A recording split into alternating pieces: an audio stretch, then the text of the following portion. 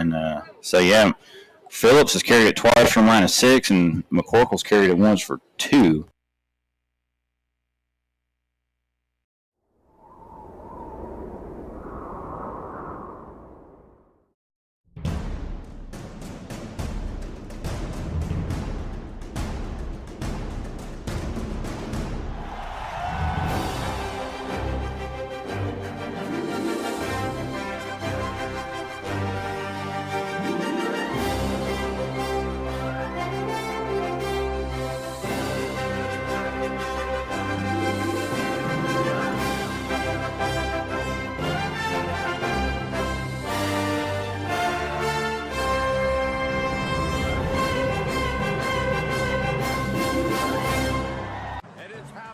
Before our very eyes. The following contest is scheduled for one fall.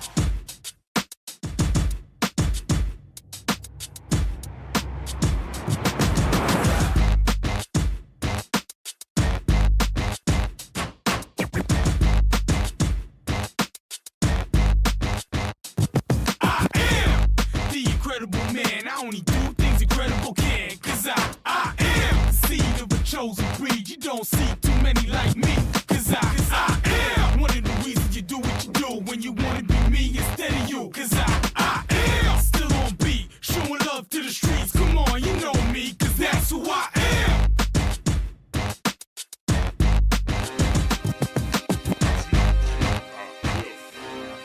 You hear them pads going up. You hear them clicks going up.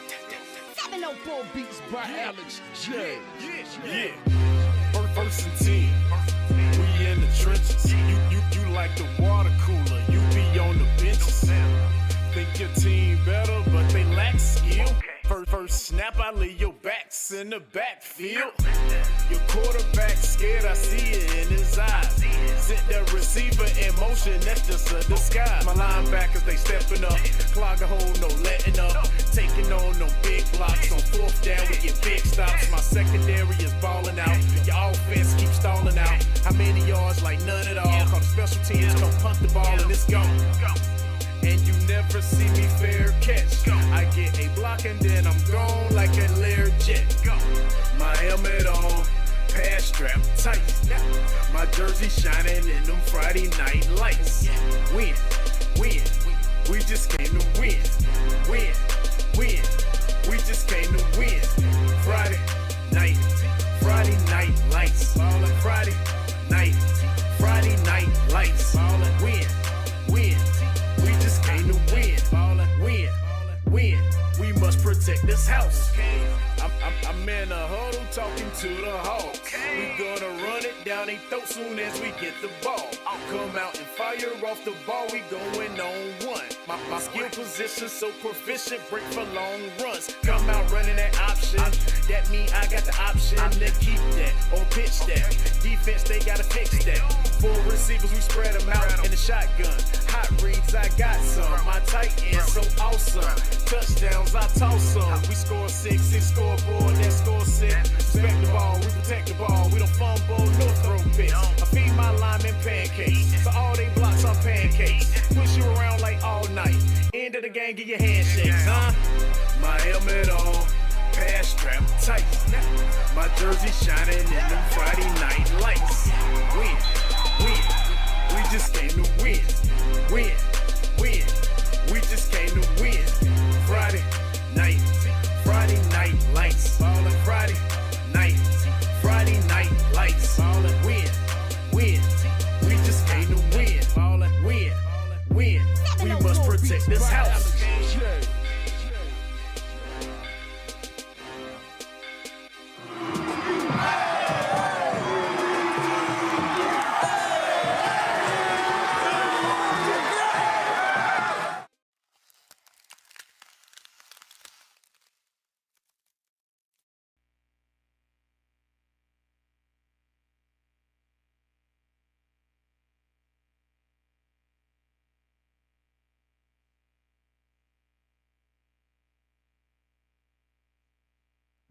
Good evening, ladies and gentlemen. Welcome to the Red. Thank you. There you go. Welcome to the Red Zone. Appreciate you tuning in. As you can see, we've got a whole host of games. We're going to run through these real quick and give you an update on who is playing who. We will get you score updates as we go, along with Kevin Hastings, Chip Carter, Zach Mayhew's in the house. We'll see Dennis Davis and Will Boykins shortly or in the near future. But give you a list of these games that we've got. And again, we will give you the updates as we get. Hopefully, Max Preps, even with the weather, hopefully Max Prep stays up online this week, and we can get you the scores as they come along. Here's the games that we've got slated for you this evening. West Lincoln at Burns, the Terry Reinhardt versus Tom Sinafani Bowl. We're going to find out who can pull that game off here and win that game shortly. West Lincoln's at Burns. RS Central heads over to Chase for a Rutherford County battle. Taking place on the campus of UNC Charlotte at Jerry Richardson Stadium. Corvian Community takes on Lincoln Charter. That game last we heard was in a lightning delay. Hopefully they are close to, if not already underway. Stuart Kramer, in their impressive start to the season, travels to Shelby for a very big contest, and we'll see how that shapes up this evening. Crest, after a week off, hosts Forest View. And East Lincoln, undefeated. East Lincoln, I said undefeated. I've got to double check their record. But anyways, impressive for East Lincoln, travels to Bunker Hill. It's Franklin going to Haywood County to take on the Pisgah Bears. North Henderson heads over to take on the Brevard Blue Devils. East Henderson and West Henderson in an inter-county rival. Tuscola takes on Smoky Mountain. Ashe County heads over to Elkin to take on the Bucking Elks. It's Starmount heading over to Allegheny. Then Ashbrook Green Wave, the top team in our PowerPoints poll or PowerPoint standings. Ashbrook heads over to North Gaston this evening. Hopefully folks from Ashbrook will give us score updates. Bessemer City takes on East Gaston at East Gaston. Lincolnton welcomes Highland Tech. Hunter Huss travels to Belmont to take on South Point. Albemarle heads over to Mountain Island Charter. And Hickory heads over to North Lincoln to take on the Knights. North Buncombe hosts McDowell this evening. Asheville welcomes Watauga. Watauga, after being rained out last Friday against Irwin, they had to reschedule that game for this past Saturday. Now Asheville hosting Watauga. Watauga returns to Buncombe County to take on the Cougars. Mitchell hosts Polk County. Mountain Heritage heads over to Madison County to take on the Patriots. Charles D. Owen heads over to Avery County. And South Iredell hosts Mooresville. Philip Russ and the East Rutherford Cavaliers welcome West Caldwell to Rutherford County. Thomas Jefferson takes on North Stanley. That's at TJ. East Burke travels over to High Brighton this evening. It's Patton welcoming Drawn. Newton Conover takes on Bandies this evening. Fred T. Ford travels to Maiden. You've got Charlotte Latin at Lane Tree Prep. The Community School of Davidson's at Christ the King. Pine Lake Prep takes on Lake Norman Charter at Lake Norman. Bonnie Cone Academy heads over to North Rowan. East Wilkes hosts West Wilkes. And staying in Wilkes County, North Wilkes takes on Wilkes Central. So those are your matchups that we have. I'm going to run down the scoreboard here real quick to see if we can find any of those any updates on any of those games. I do know, I believe I heard Tom Sinafani on the radio earlier that Burns had scored already. So I believe Burns, I don't know the proper score for that, but I do know Burns has gotten on the scoreboard. So taking a look at these games, let's look and see. I'm running through so very quickly, RS Central has taken an early 14-0 lead on Chase. And yeah, indeed, Burns has scored more than once. They lead West Lincoln 20-6. We will get these games updated for you on the scoreboard here shortly. We'll start editing that and updating that for you. As I run down my list to look and see if I have any of these others. No score between Crest and Forest View early in the first quarter. Other updates as well. Charlotte Latin has taken a 7-0 lead early against Lane Tree Prep. Continuing to cycle through. No score at East Burke and High Brighton early on. And see any of these other scores that have gotten underway. Take a look. Nothing. This is not on our scoreboard, but in the first quarter, I've got a score 45-6. That's Warren County versus Roanoke Rapids. That's just 45 points in the first quarter. That's saying something. So all those games in progress. So we've got a bunch of games that still we had several games that were moved up to 6:30 due to weather or potential weather. we had the same point with several of our games on our schedule and on the scoreboard that you see that are maintaining their 7:30 start time. So we've still got some games, a good host of games that we'll be covering that have not begun as of yet. But again, running down the scores that we do have at this point, let me do one quick refresh of information that I am receiving. Again, RS Central leads Chase early in the first quarter, 14-0. Shelby and Stuart Kramer underway. No score update there. Burns up early on West Lincoln, 20-6. Albemarle and Mountain Island Charter are underway. No score there that we've received yet. Pine Lake Prep, Lake Norman Charter also underway. Coming through. No score. Forest View and Crest in the first quarter. We've got, I believe, Christ the King Community School of Davidson. They are underway. No score update from them as of yet. Charlotte Latin leads Lane Tree Prep 7-0. Continue to look through our scores. North Stanley and Thomas Jefferson are underway at Thomas Jefferson. No score there. East Burke and High Brighton, no score early in the first quarter. McDowell and North Buncombe underway. No score. Need to run through and see what else I've got here. Lincoln Charter and Corvian Community, they are saying that now. I don't know, saying it's in progress. I'm assuming they have gotten underway. I don't have a score update on that one as of yet either. Drawn and Patton are underway. No score.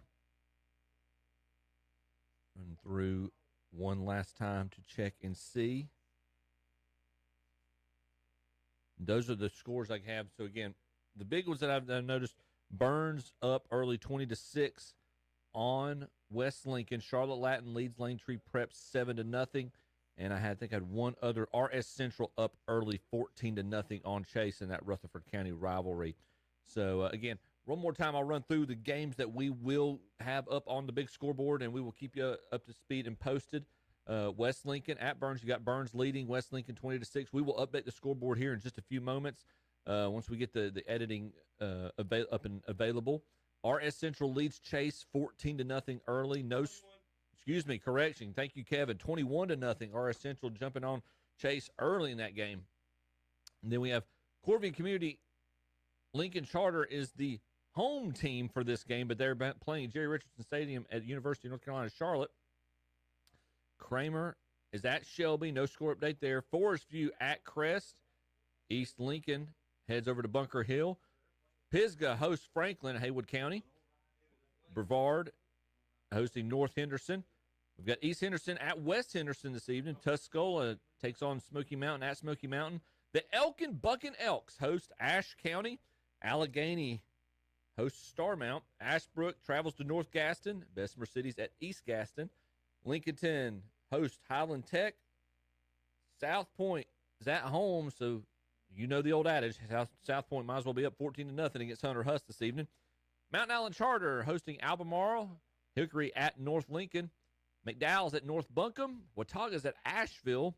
Mitchell hosting Polk County. Mountain Heritage travels to Madison. Charles D. Owens at Avery County. Mooresville's at South Iredell. East Rutherford hosting West Caldwell. Thomas Jefferson hosting North Stanley. It's East Burke at High Brighton. Drawns at Patton. Newton Conover at Bandy's. Maiden hosting Fred T. Ford. Charlotte Latin leads Lane Tree Prep 7-0 early. Community School of Davidson has traveled to Christ the King. It's Pine Lake Prep at Lake Norman Charter. North Rowan hosting Bonnie Cone. And the last two showdowns we have are Wilkes County showdowns, West Wilkes at East Wilkes and Wilkes Central at North Wilkes.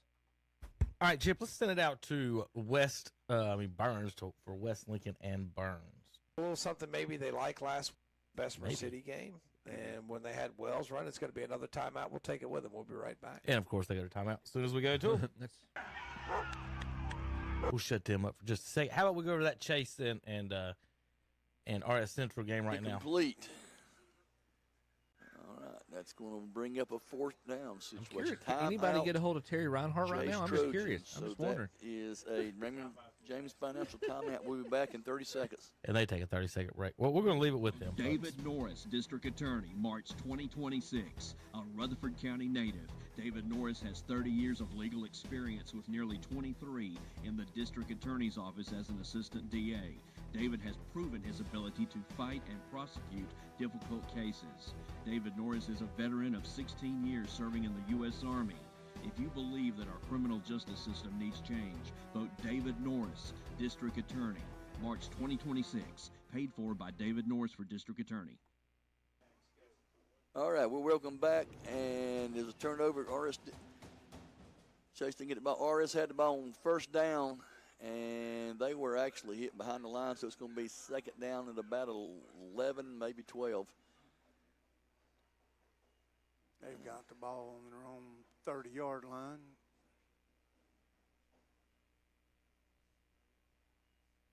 All right, let's see. I missed a play there. I thought it was 3rd down if they had one more down to get the play after the pass.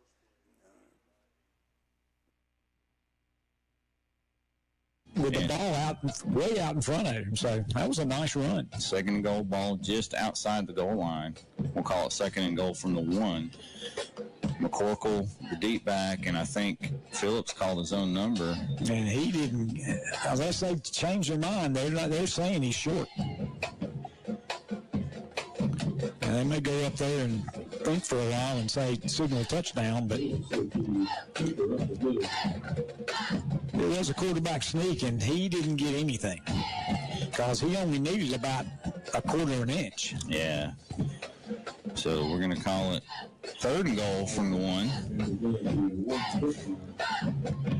And I mean, he didn't have to go. I mean, that ball, the tip of the ball is just not touching the goal line, because if it touches the goal line, it's in. So they got absolutely nothing that time. So,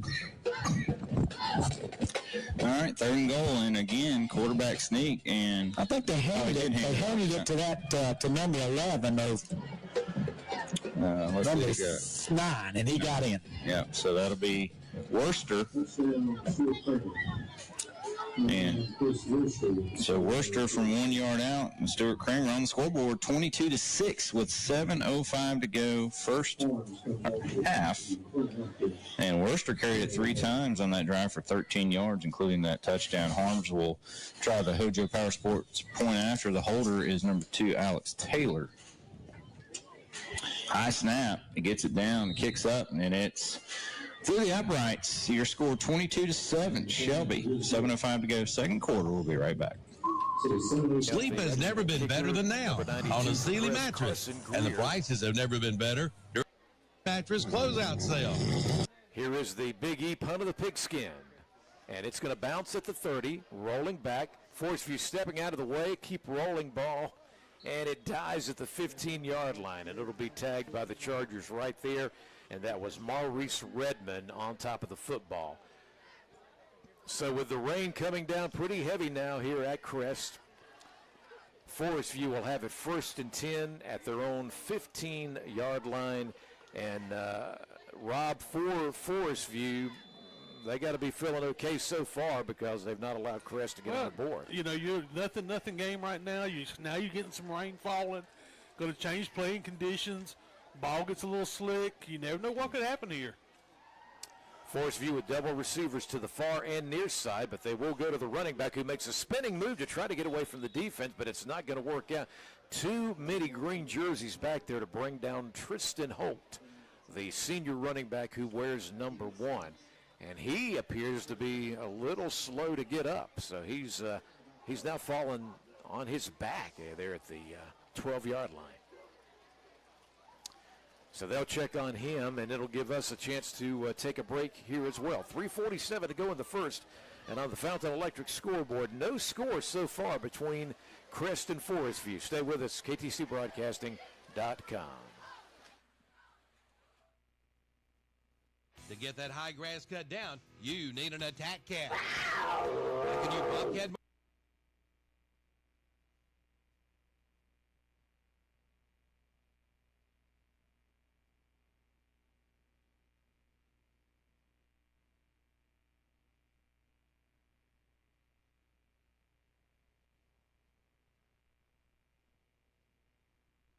down and goal from the 22. Like it makes a second 22, don't it, Coach? Second goal from the 22.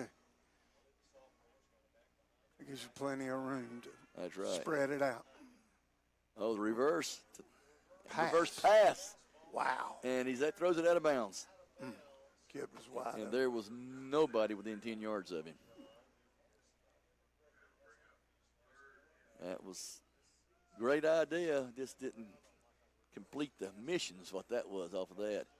And with 6:02 in the Maple Betos second quarter, it is, need to reset there we go, play clock. 6:01 left to go, and Maple Betos second quarter is still 21-0 RS Central on the Raymond James Financial scoreboard. Third and goal from the 22. They have trips basically, got a wing and slot to the right side. And in the gun, let me see what's happening. That'll be a timeout. That's a Raymond James Financial timeout. Chase High School will be back in about 30 seconds. Looking to refresh your wardrobe and make a difference?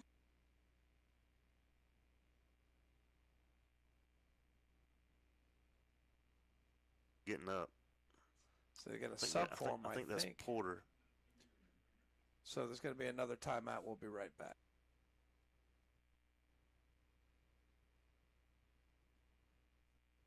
Outdoor Kitchens, Future Energy Company, serving this area since 1983. 130 West Graham Street in Shelby. Online.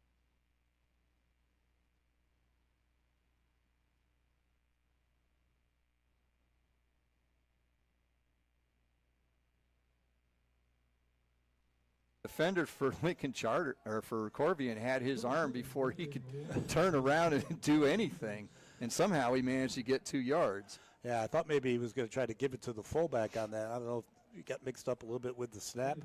I don't know how wet it is down there. We really didn't get much rain. We just had it's just the lightning. Yeah, the lightning here and up towards Concord was pretty intense. Walden back in the shot, throws. And it's picked off. It bounced off the hands of his receiver, number 17. That was intended for Jaden Hobbs. So the pass is picked off. And it's going to give Corvian great field position at the Lincoln Charter 23. Yeah, that was number 50, Jaden Summers, who came up with that pick, playing linebacker for Corvian. As you mentioned, throw was kind of a little bit more inside than it needed to be, kind of bounced straight up in the air, and those are always dangerous. And good job there for Corvian, taking over, as you mentioned, on the Eagles 23. So it'll be 1st and 10 for the Cardinals. They line up 5 wide receivers, 3 to one side in a triangle, 2 to the other. Handoff. Goes in a jet sweep to number 0, Kelvin Stinson, their leading rusher, and he gets around the corner on the right side, and he'll be close to a first down, gain of 8 on the play. Stinson comes into the game leading them with 287 yards rushing, but somehow he has not found the end zone. Well, I'll tell you what, that quarterback's pretty good size for them. So we got some pretty good-sized quarterbacks now. Yeah, they got number a 11. really big linemen on either end of their line, too.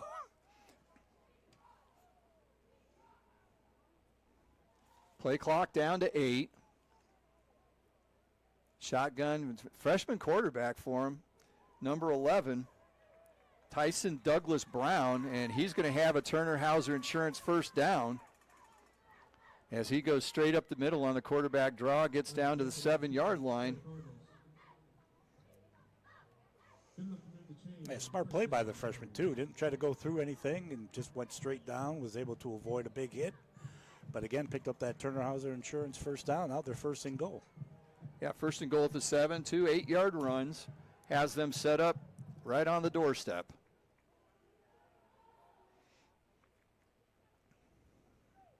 Again, now 2 backs in the backfield, 3 wide receivers. Takes the handoff straight up the middle and walks into the end zone. And Stinson finally gets a rushing touchdown for the season.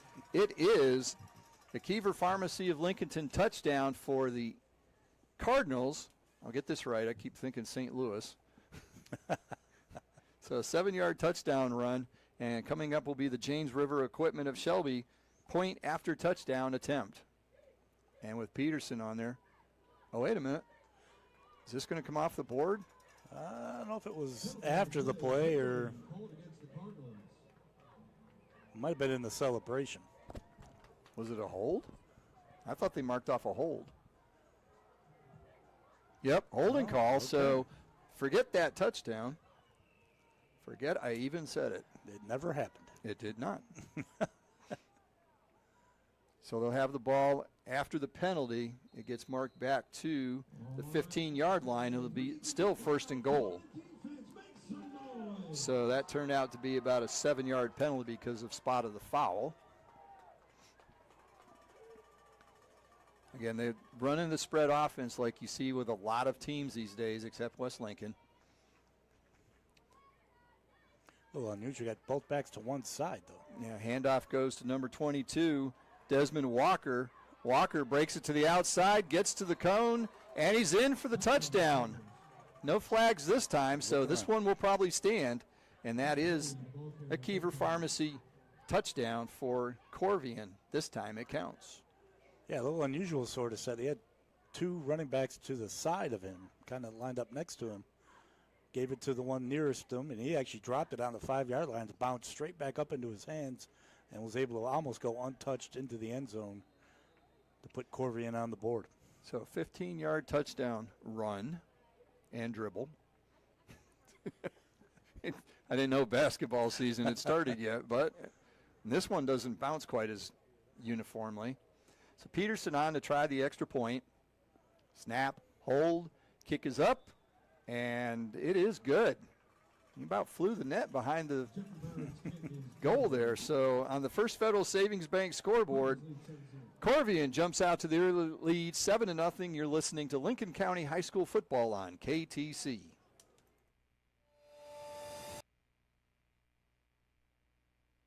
Had the alarm go off as well. And there you go, folks. So we will have a delay in this game. 47.8 seconds to go in the first quarter. The game has been stopped. The rain is still hammering down, and somewhere in the local area there has now been thunder and lightning, apparently. So we have gone to a delay.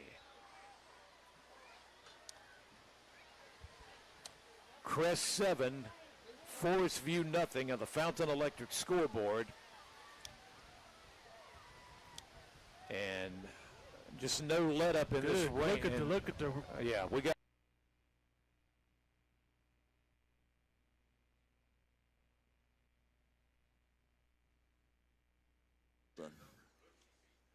See what, is Central going to try to set on it or try to big play, make things happen, or just keep doing the normal thing?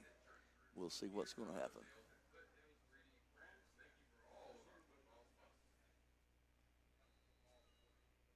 Hey, better keep the foot on the gas. He normally does. A lot of football left. Mm-hmm. They normally don't let it. There they go. You're right. There's a screen Throwing pass. it on first down. Yeah. All right, brought him down about the 44-yard line, 45-yard line. 25-yard gain. Couldn't see who that was. Was that Smith on the catch? I can't see. He's turned sideways. It was a swing pass. Okay, there is a flag back here, which is going to be a Carolina Auto Finance penalty. They're right next to Lowe's in Far City. And it's against RS.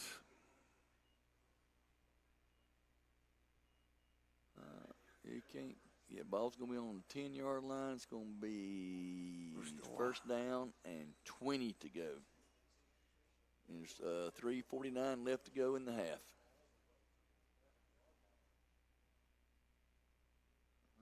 Now they done the zone inside again, and he's still running. He broke it. He slid down. He wasn't tackled. He was slid down. He's going to be at the 45. That was a 25-yard run. Great run. I think that was Smith that time, wasn't it? Yes, sir.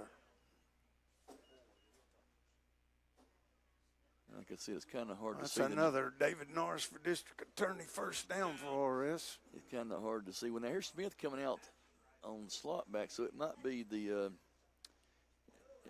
number 2, Little John in there. No, yeah, it is. Okay, Holly keeps it. He comes up for a solid 9 yards. It's going to be second down and 9. This young man here, Holly's just a sophomore. That means a headache for a lot of local teams for 2 more years. That's true. And I think Smith's a sophomore also, Coach.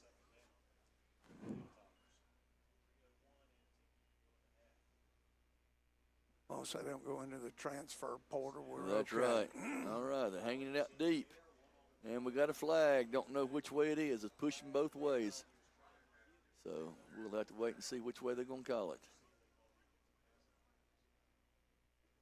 Probably going to be on the defense, the way it looked at the end. Pass interference, offense. Yeah. He did extend his arms out. Like I said, the chase defender was on him, kind of holding him, and the receiver actually extended his arms to push him out. So that's what they saw happen.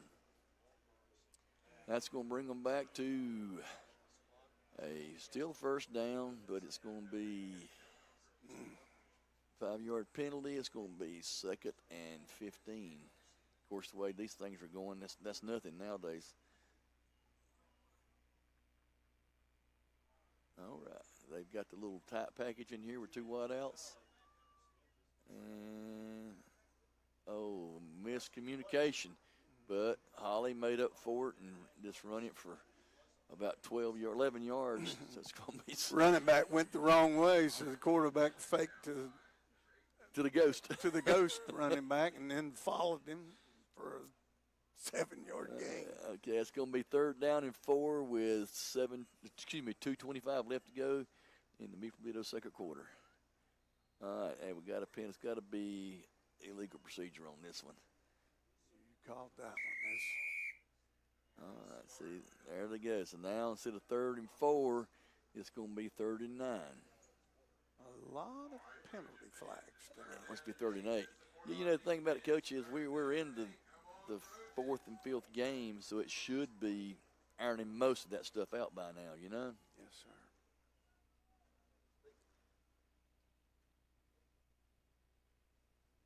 Here we go. They're back in the tight formation again with 2 wideouts.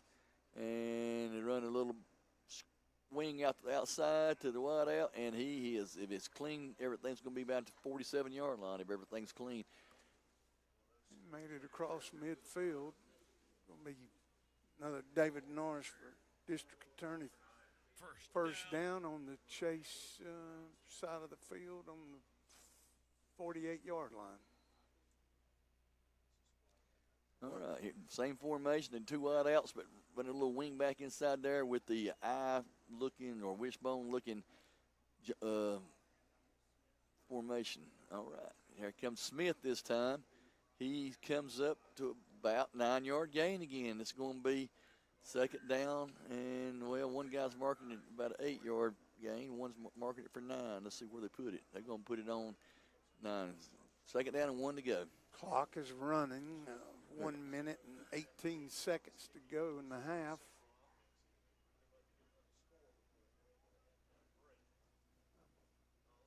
I think they've only got 1 timeout left. Little screen pass over here to Smith. And he's slung down. And for a first down, though, he's slung down at the 33-yard line. And looks like we're cramping up here. Some of the Chase players are cramping up. So they're replacing them. So it's going to be another David Norris for district attorney first down. They're going slot right this time. And wing left. Clock is running. 55 seconds. Screen over the middle to Hudgens.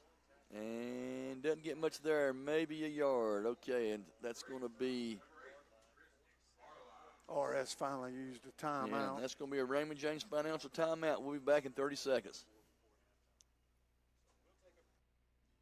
Service, dependability, value, fast delivery, and more, all during the Labor Day all month long sales savings event at Kimball's Furniture in Forest City.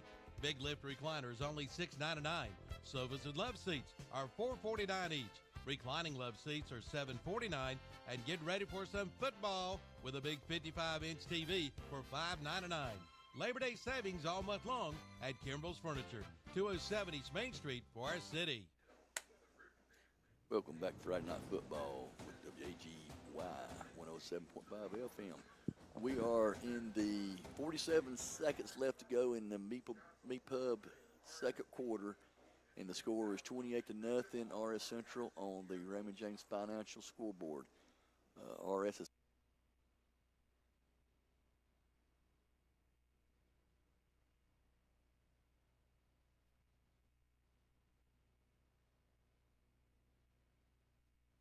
Madison 6-0, and then a bunch of games just getting underway, including Lincolnton and Highland Tech, a conference matchup between some of Shelby's conference foes. So, again, weather delay or lightning delay here at Shelby High School with 5:03 to go in the second quarter. A couple other scores that might be of interest. Hickory leads North Lincoln 7-0. And the Hunter S. South Point game is scoreless in the first quarter. And the Central Davidson leads High Point Central 28-0. North Buncombe and McDowell in the second quarter, they're tied 7-7. And a team that both Shelby and Crest has played deep in the championship games over the years. Havelock leads Croatan 45-23. That's a Havelock team that's 1-4. So that's a team that's kind of fallen on the hard times from that team that always went deep in the playoffs every year. Including one of my best memories growing up was 1986. Jeff, I was an 8th grader at Shelby Junior High.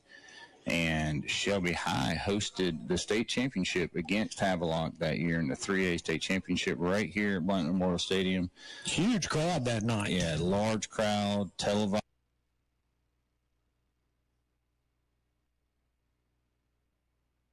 Once you get to late September, you hope to get out of thunderstorm season. But well, it's not as bad as it was last night. Last night was a pretty rough storm, but yeah, it did so rain. far it's not that bad here. But there's some storms in the area for sure. If you look at the West Lincoln stats so far, and Stratford has 92 yards, but 86 of them came on one carry. Mm-hmm. If you throw out the 86-yard carry, you've got 5 carries for 6 yards. Ponder has 4 carries for 1 yard. Avery has 2 carries for -7 yards. All right, folks, we've got a lot of rain delays right now on our broadcast. We're going to try to keep up with what we have.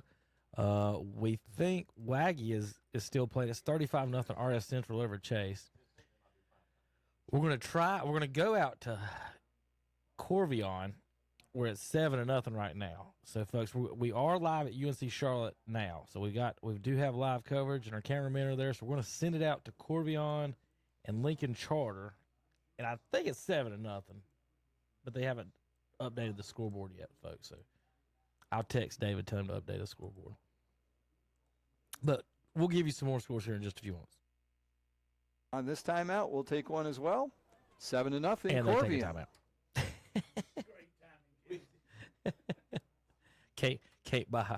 Can't buy a vowel here, Dennis.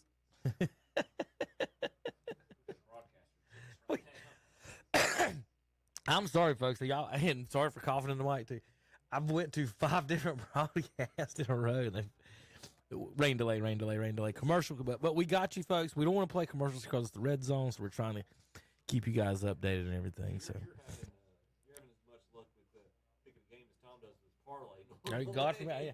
Even if I try to take a bite of pizza, it's something interrupts. Tom don't need to be betting on these. But we thought we were going to get an early night and be done in the post-game show, start at like 9 o'clock. But it may be a hit. We might just be jumping in and out of all the shows tonight. So I don't know exactly what we're going to do, folks. But an extended post-game show tonight. We 2 a.m. We think. We don't know. Yeah, right.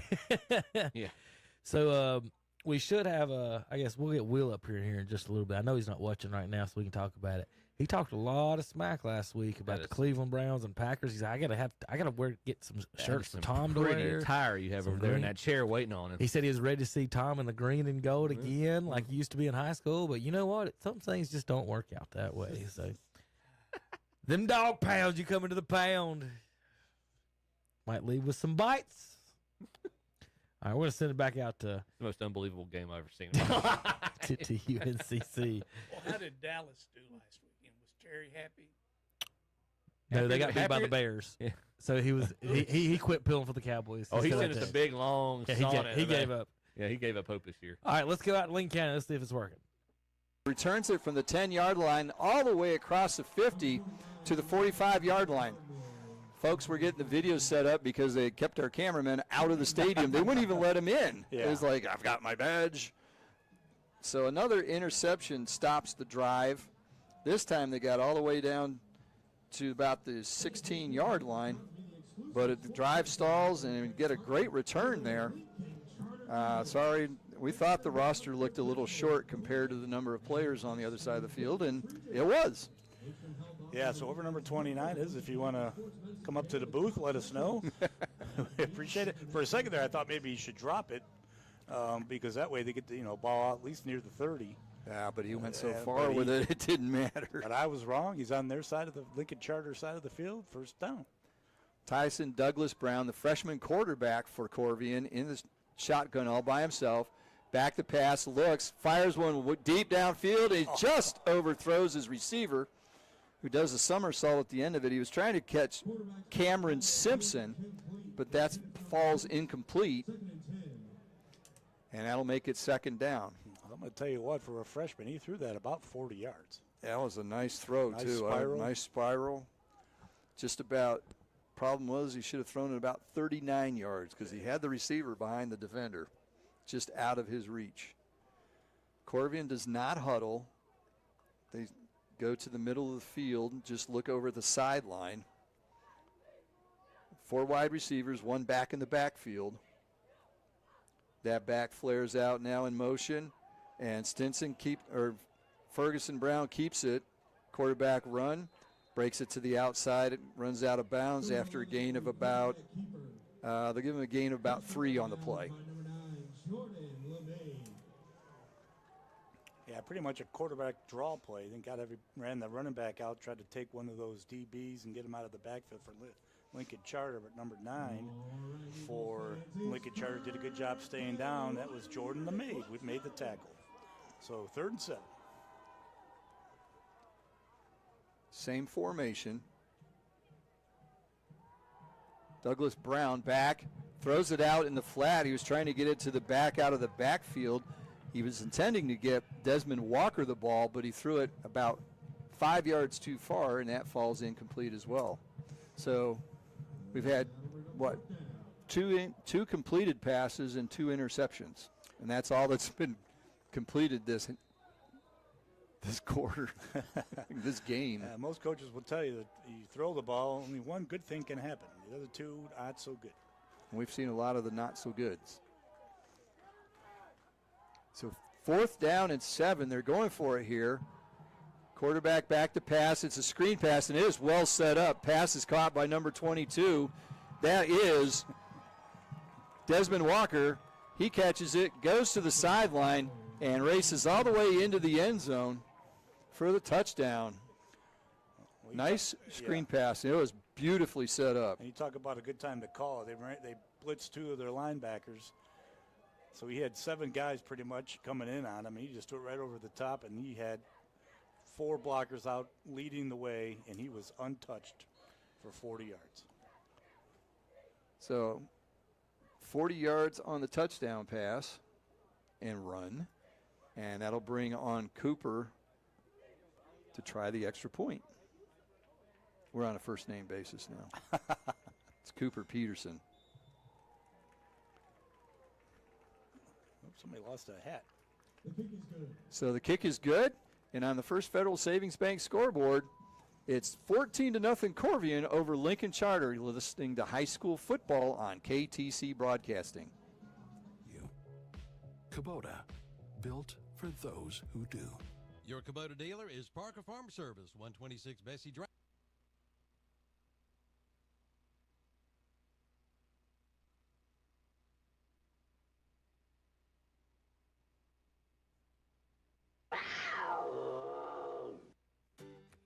There's a lot of advantage packed into your English.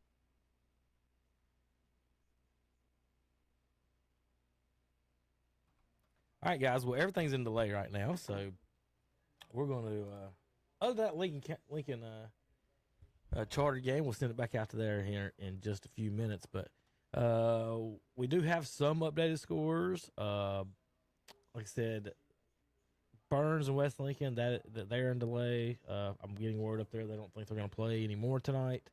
Crest is 7-0 against Forest View. If Burns doesn't feel confidence, I wouldn't feel good about Shelby or Crest as well. But Shelby's in a tight one right now, 22-14 with the Kramer Storm battling for first place in that conference. Looking ahead, man, we've got post-game shows scheduled for 10 p.m. tonight. We'll be live online here no matter what at 10 p.m. Not sure how the radio is going to work out and everything with everybody, but do got a lot of good matchups. I'll let Chip give the scores that we do have for right now, and him and Dennis can kind of discuss some of what's going on right now around the area, and I'm going to look up some scores myself and try to get some updated as we go. All right.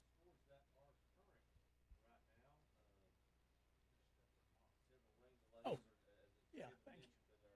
Current scores that we have in the Cinnafani Reinhardt Bowl. Burns leading West Lincoln 27-6 over in Rutherford County. RS Central shutting out Chase 28-0. They are underway at UNC Charlotte. Corbin Community leads Lincoln Charter 14-0. Shelby was up big on Kramer early, 22, but Kramer's crawled back into it. Shelby still leads 22-14. Crest up early on Forest View 7-0. The Elkin Bucket Elks lead Ash. Be careful now. Be careful. You've got Ash, you've got Bucket Elks, you've got, there's the recipe for disaster. But Elkin's leading Ashe County 7-0. Oh, Bucket Ash. Yes. Gosh. I'm gonna let my boss get away with saying that. So, the Hickory Red Tornadoes lead North Lincoln 7-0. McDowell and North Buncombe are tied at 7. Mountain Heritage jumped up to a 6-0 lead early on Madison. High Brighton shutting out East Burke 20-0. Patton leads Strong 7-0. Bandy's leading Newton Conover 7-6. Maiden leads Ford 6-0. Charlotte Latin jumping out to a 14-0 lead on Lane Tree Prep. And Pine Lake Prep leads Lake Norman Charter 7-0. Update at North update from Buncombe County. Dow leads North Buncombe at North Buncombe now 14-7. Dennis, you just kind of look around the area. I'm thrilled. I can't wait to see the reaction. Has anybody reached out to Terry Reinhardt and just made sure he's okay? I'm just curious. Well, you have to deal with him in the morning, so I'm going to stay out of this. We'll be curious to see, love to see his thoughts on that. West Lincoln and Burns. RS Central doing very well against Chase. Took a while for Lincoln Charter to get into the Corbin Community. Corbin Community's looked sharp. Obviously, they made a deep run last year in the playoffs. And talk about Lincoln Charter's offense, but so far it's been silent. Shelby leading Kramer. I think obviously Shelby's going to be the stiffest competition Kramer's faced. Yeah, this is basically for the championship of that conference, if you will. And Kramer is probably the only threat they have at this time, since Burns is playing a different division there. And I actually am pulling a little bit for Kramer just to have a decent season. This is a big hurdle for them to overcome, is just playing tough against Shelby, because Shelby usually goes in and beats you 70-0 or 64-0 or 10-85 or something. So for Kramer to at least put up a fight is good not only for them, but it's good for Shelby too, because Shelby now has to say, oh, wait a minute, we've got to play every game. Now, you look at this while obviously Kramer's had a great start to the year. Yeah. The Yep. They've done everything they can do. I'm looking at their schedule right now. Beat Forest View. Yep. They beat North Castle. They beat Bessemer City. Well, you and know. They beat Highland Tech. So what you're insinuating, Chip, is the strength of schedule might not have been. And obviously, oh, come on, Chip. We're just saying, and we all know that Shelby's obviously they looked like. Now they started out. Shelby had a rough start. Obviously, taking on some of the. Yeah, but look at who Shelby's played. Right. Let's give Shelby credit. Shelby plays a tough out-of-conference schedule. Their conference is a cream puff, but out of conference, they play top teams. Yeah, they do. That's exactly right. Now they're getting into the conference, and they're able to exert their will. It kind of shows the.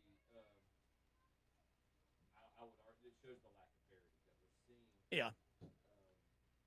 Wait a minute. Are you saying that Q Tucker might have made a mistake in these conference alignments?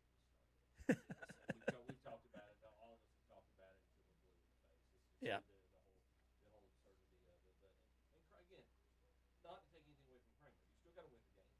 Yeah. And you got to win the games you're supposed to win. And yeah. They obviously look like they've taken a good step forward as a program. But taking a leap forward versus being able to compete against, arguably one of the favored programs Dynasty comes to mind. And one of the favored programs to compete for the state championship in their classification with Shelby. That's a big ask to try to beat them at Shelby. But again, they're 22-14. It's not, and we're early in this game. All of these games, most of them still in the first half with the delays. So it's still something. There's still a lot of football left. Well, let me surprise some people and give you a contrast. Crest and Forest View, 7-0. If we were predicting in the pregame, we might have had a much bigger margin than that. Now, we don't know how far along that Yeah, game. it may be in the first quarter, first few minutes of that quarter or something. But what I'm saying is, for Forest View to only be behind Crest at any time during the game shows improvement for them as well. There was one game, and it was not on our. It's out east. It's not on our docket schedule. I forget who the teams were. I mentioned it earlier on the radio just because I forget who the teams were, but the score just blew me away. They were in the first quarter, and one of the teams was leading like 45 to like 6 or something like that. 45 points. Well, and in all difference, you mentioned Terry Reinhardt, and we were talking, and Ken came in. Calvin and I were discussing the Burns West Lincoln projected score, and I said, well, it's not a big deal because Burns was favored by 25. This year's West Lincoln team is not last year's West Lincoln team or some that they've had. And I was at the fair, and I went by the Roosters booth, which is a bunch of West Lincoln friends. They all know Terry Reinhardt. They pull for West Lincoln every week. But basically they said, we're not the team that we have been. Well, and we watched them. I've watched West Lincoln one game this year at home. They hosted Lincoln Charter. That's one reason I moved out to the Lincoln Charter quarterback, so that he was so impressive that game under pressure the entire game, and just showed great poise. West Lincoln's offense, it's basic. Jeff Jones, he knows it backwards and forwards. It's the offense he ran when he was at Shelby, but we're going to push you. We're going to try to push you around. We're going to try to control the interior line. We're going to try to establish our authority of the line of scrimmage. And if you can stop us, okay, go ahead and try. And there's no bones about it. Yeah. And if you're able to stop them, if you're able to outmuscle their offensive line and not allow to give Gray Ponder and their other runners room to breathe, then yeah, you're going to be able to have success against them. Their game plan's pretty simple. They're going to try to manhandle you in the middle. Well, it's sort of like Kevin's little boy. Catch me if you can. There goes Kevin, good catch, actually. Looking at Bandy's is now up 14-7 on Newton Conner. We've got a couple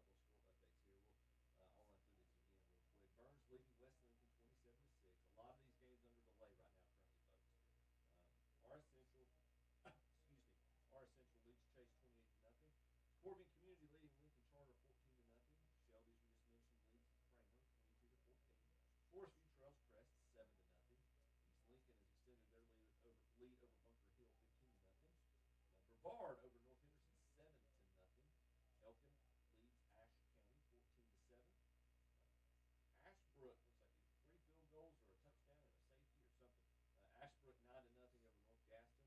Lincolnton blanking Highland Tech 22-0. Hickory leads North Lincoln 7-0. That's at North Lincoln. McDowell's taking the lead over North Lincoln 14-7. Mountain Heritage up on Madison 6-0. High Brighton leads Eastburg 20-0. Patton leading Brom 7-0. Bandy's leading Newton Conover 14-7. Maiden leads Ford 6-0. Charlotte Latin leads Lane Tree Prep 14-0. Heinleck Prep leading Lake Norman Charter 7-0. And in a battle of Wilkes County, West Wilkes leading East Wilkes 6-0. Well, Chip, you can tell from these scores that a lot of these games are early on and delayed. And update, Ashbrook leads North Gaston 16-0 now, so they've expanded that lead. I'm trying to think of something witty, some kind of witty Charlotte or a Catholic Latin joke about Charlotte Latin. Mia Cooper, Mia Cooper, Mia Mega, Mia Cooper. But yeah, we're keeping track of the game. South Point now leads Hunter Huss 14-0. Appreciate Kevin doing the research, getting the score updates, trying to do the same. He's looking at the same sites I am. So, but hey, he's looking at sites I've not been looking at, but trying to see if we can get the score updates here as we go. Appreciate your patience with us. Obviously, we've had to adjust. We're in a lightning delay. Just like any other football game, we've had to make adjustments right now. And this Mother Nature's thwarted our game plans in the first half, so we're having to adjust. We're not asking Bill Belichick for help because he doesn't seem to be able to.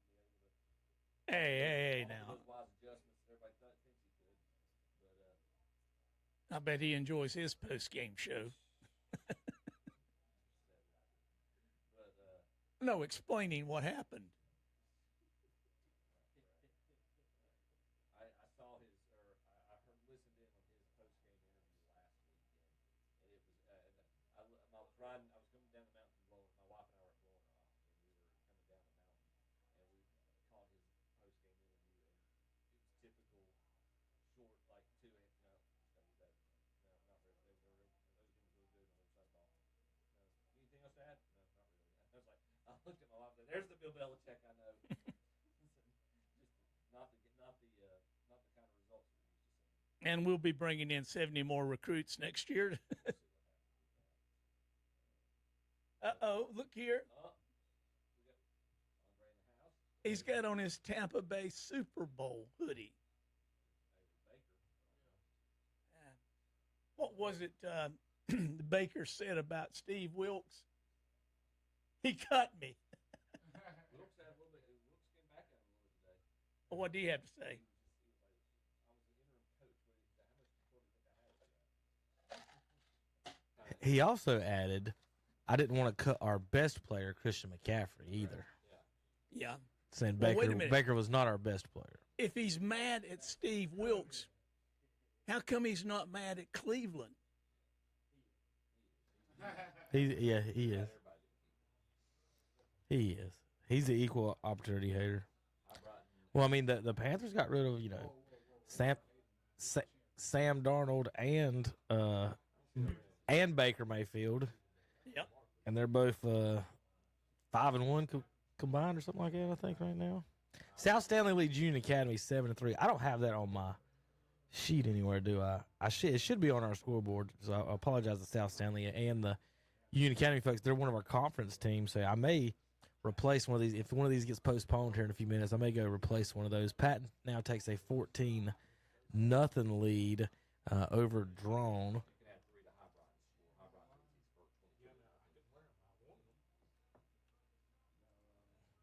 Nothing on the Bessemer City East Gaston so far today, folks. So we'll let you know as soon as we hear anything on that one. I wonder if anything's been postponed to tomorrow. Yeah, I'm looking on all of our stuff here. So, folks, I'm gonna go back see if we find the game in action. That Corvion is 17-14 last time we checked. So let's click. 15-14. They're Ash bucking, huh? Ash over Bucking. So 15-14 right here. All right, let's go out to Lincoln County and while they're still playing. Snack bar, driving range, and banquet hall. Of course, we go straight to commercial. All right, we're going to hold off on that one for just a second. I'm going to check in and see if any of the other ones are doing anything. See if Tom's got anything up there. Nope. All right, let's go back out to UNC Charlotte. For the Lincoln Charter Eagles tonight, they have one more home game left on the schedule, and that is going to be at Lenore Rhine. I have their schedule here somewhere, and I'll be able to tell you. Well, a couple quick scores. We got Burns 27, West Lincoln 6, East Lincoln 15, Bunker Hill 0, and Lincolnton, I believe it's homecoming. Yes. In Lincolnton, they're up 22-0 on Highland Tech. Yeah, they have one more home game, last game of the season against Lake Norman Charter. And a handoff goes awry in the backfield. Made the mesh, but I don't think either one of them took the football. So they just kind of got wrapped up by everybody, and they'll lose 5 yards on the play yet again. Another start at the 20-yard line after a kick. It goes into the end zone, as we'll expect from Peterson all night long. And it looks like we're going to expect Corvian's defensive line to be in Lincoln Charter's backfield all night.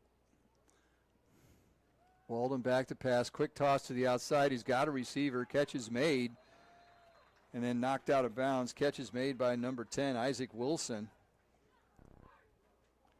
Wilson gets 10 yards on that, so that's one of their best plays of the night that wasn't by penalty. Yeah, like you say, they're going to have to get that ball out quick if they're going to try to pass it, because he has no time back there whatsoever. So good route, able to come back to the ball, a little dig route, and picked up 5. So what do? I mean, quick out, quick out, quick out. And with the speed that these cornerbacks have, they're going to start jumping it. He's not going to have time to throw deep, though. Yeah, what you kind of have to do is use maybe a slot, do a little dig, and then get that outside receiver. As you got 15 down here on the bottom, kind of curling his way inside. But still need a second or two in order to do that. So now it's 4th down and 5 for Lincoln Charter. And they're going to bring out the punt unit, and we'll see who's going to punt this one. Well, this time they're going back to Tyler Waterman.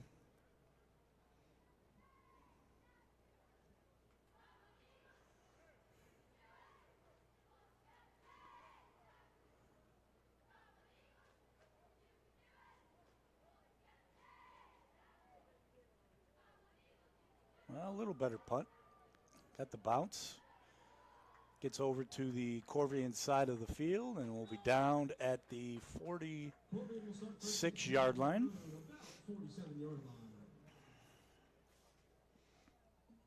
They're going to say the 47, so Corvian will take over, leading 24-0. 7:17 to go here in the first half.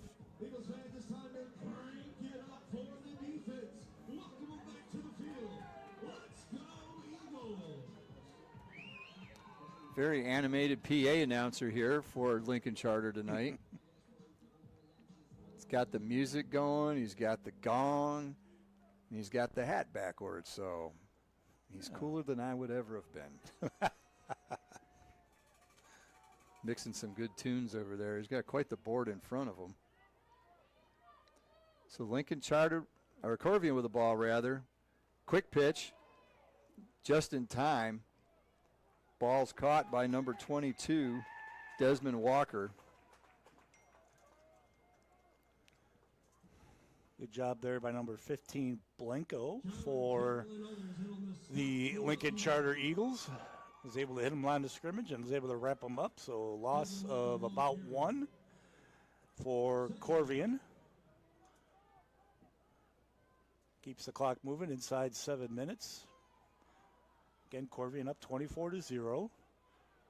Two backs in the backfield for the Cardinal. 2nd and 11. They'll hand it off to number 0, Kelvin Stinson. And he will get it close to the first down marker, and they're going to give him the first down. So there's Kelvin Stinson picking up 11 yards for the Cardinal. They are now inside the Lincoln Charter, half of the field. First down. That would be a Turner Hauser Insurance first down for Corvian.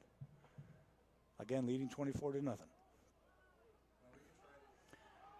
Here's Stinson again around the outside, taking it all the way down. He's getting inside the 10, 5, touchdown, Corvian. Looks like we got a penalty, a flag on the play down here in the backfield. So that will be coming back. Looks like just past the line of scrimmage, somebody got a hold of somebody from the Lincoln Charter Eagles. That will negate a 43-yard touchdown from Stinson after the offensive hold. Well, it'll just be a matter of they had another touchdown taken off the board earlier, and all it did was delay it for a play. Hopefully, this one will come off the board and stay off the board. Just inside the halfway point of the second quarter, 24-0 Corvian. And it's amazing what they're doing because they have so many people they replaced from last season, and it doesn't based on what we're seeing here, it doesn't look like they're missing a beat, really. And a lot of the guys are playing both sides of the ball, too, and they look just as fresh as they did when they started. And it's a very young roster, too. The ones we're seeing, there aren't too many seniors out there, and you got a freshman quarterback doing a great job. Handoff goes to Stinson. He goes around the left side. Flag goes down. Should probably be a hold on the wide receiver, number 5, Simpson, who is out there blocking. But the flag is right in the area where it would be a holding call. Yeah, couldn't tell if it was either a hold or a block in the back. As he saw the number, you see the name, don't block it. But either way, it's coming back. Well, some of these high schools don't have names on the back. True. So that is true. Then what do you do? I know that's the advice they say. I guess just stand there. I don't know. So a 10-yard penalty on Lincoln against Corvian will help Lincoln Charter out. The sticks move back further, and now we've got first. Oh, I got to do the math here. 33 20, is 25, 27 yards. First and 27. Two running backs in the backfield. Douglas Brown, the quarterback, that's his last name, that's not his whole name, catches it, and it's a quarterback draw up the middle. Nothing doing there. Tackle made by number 50, Inman Rathbone.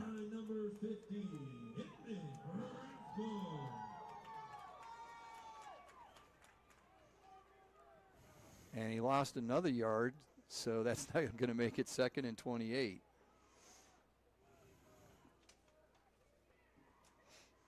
I think they're just trying to catch Lincoln Charter. Hey, it's a bunch to go. We're going to run a little quarterback draw, see if we can catch them. None doing there.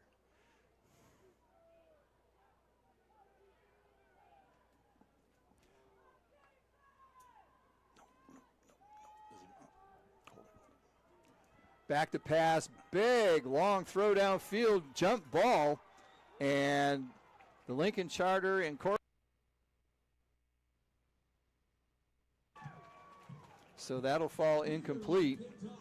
Again, another nice long throw, but it hung up in the air so long, both the receiver and the defender could give it a whirl. It's trying to come down with it. And actually, the Lincoln Charter player had better position. That was number 24, Lackey, for the Eagles on the pass breakup. Looked more like a punt, like they both were back there like to receive it.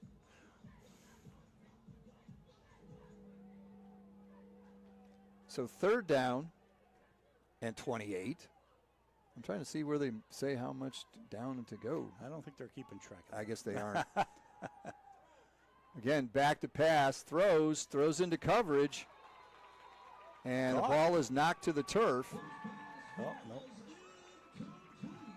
So that one falls to the turf harmlessly, and it'll bring up 4th down. The first time they have not scored on a possession tonight.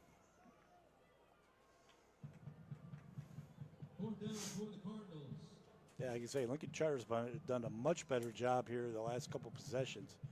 Only reason they gave up the field goal on the last one was because they started inside their zone. So Corvian now will be back to punt.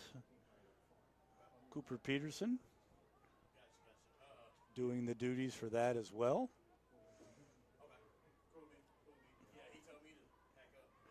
Try to get it to turn over, boomed it down to inside the 20, takes a Eagle bounce, goes out of bounds at about the 17-yard line. So Lincoln Charter will take over 1st and 10 with 3:55 to go here in the first half. So we'll stay right here as we wait for the possession change. So Lincoln Charter will take over at their own 17-yard line, down 24-0 to Corvian. And while we're waiting, we can all jump around to the music, playing some Van Halen, playing some other good stuff here tonight. What we're going to do is we're going to try and get the video to rework at halftime, and we'll start to stream again. So it worked before when we did it. Yeah, we had it. Yeah, we had nice. We had a picture. You could see where it said Charlotte. Back to pass. Walden avoids one man, runs it up the middle. He's going to get some good yardage. I don't know if that was a called play. It looked like he was getting ready to throw, but he was able to run that ball out and get a Turner Hauser Insurance 1st down for the Eagles. I'm not quite sure, other than maybe by penalty. That might be their... I believe that's their first. First down. First not by penalty, yeah. Earned. Well, penalties. And right at that point, we've got another flag from the side judge over here. Eagle coach is clapping. Yeah, they were clapping, so this may be against Corvian. Dead ball foul offside against Corvian, so another 5 yards there. The drives that Lincoln Charters had have been helped out greatly by Corvian. But they're still ahead 24-0. Might be an assist from the coach. He's lined up right next to him. And now we've got a 1st down. Good job by Walden with a hard count. Brought 3 players for the Cardinals offside. Let's see if they mark it off correctly or they got to do a measurement. Have we had a measurement this year? That's usually one of our things that we try to... Wait a minute. How could it now be... It's 1st and 1? I'm stunned. I know we're not, well, 5 and 5 is 10. I don't know where you. I was kidding when I said there need to be a measurement. How could that not be a 1st down?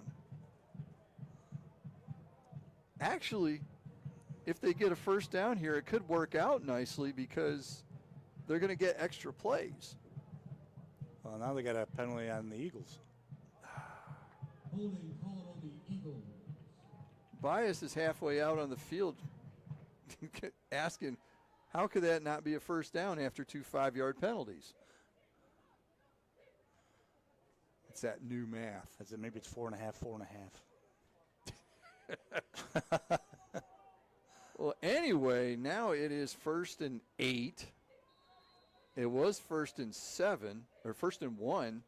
So that was a 7-yard penalty. All kinds of yardage issues. This one's not going to, this is going to get whistled dead. Movement on both sides, but they're going to call it procedure against the Eagles. It looks like they moved first, and then the defense reacted. So 5 more yards means it's going to be 1st and 12. So after all of the penalties, they're pretty much back where they were. After we're doing the chicken dance here. Yeah.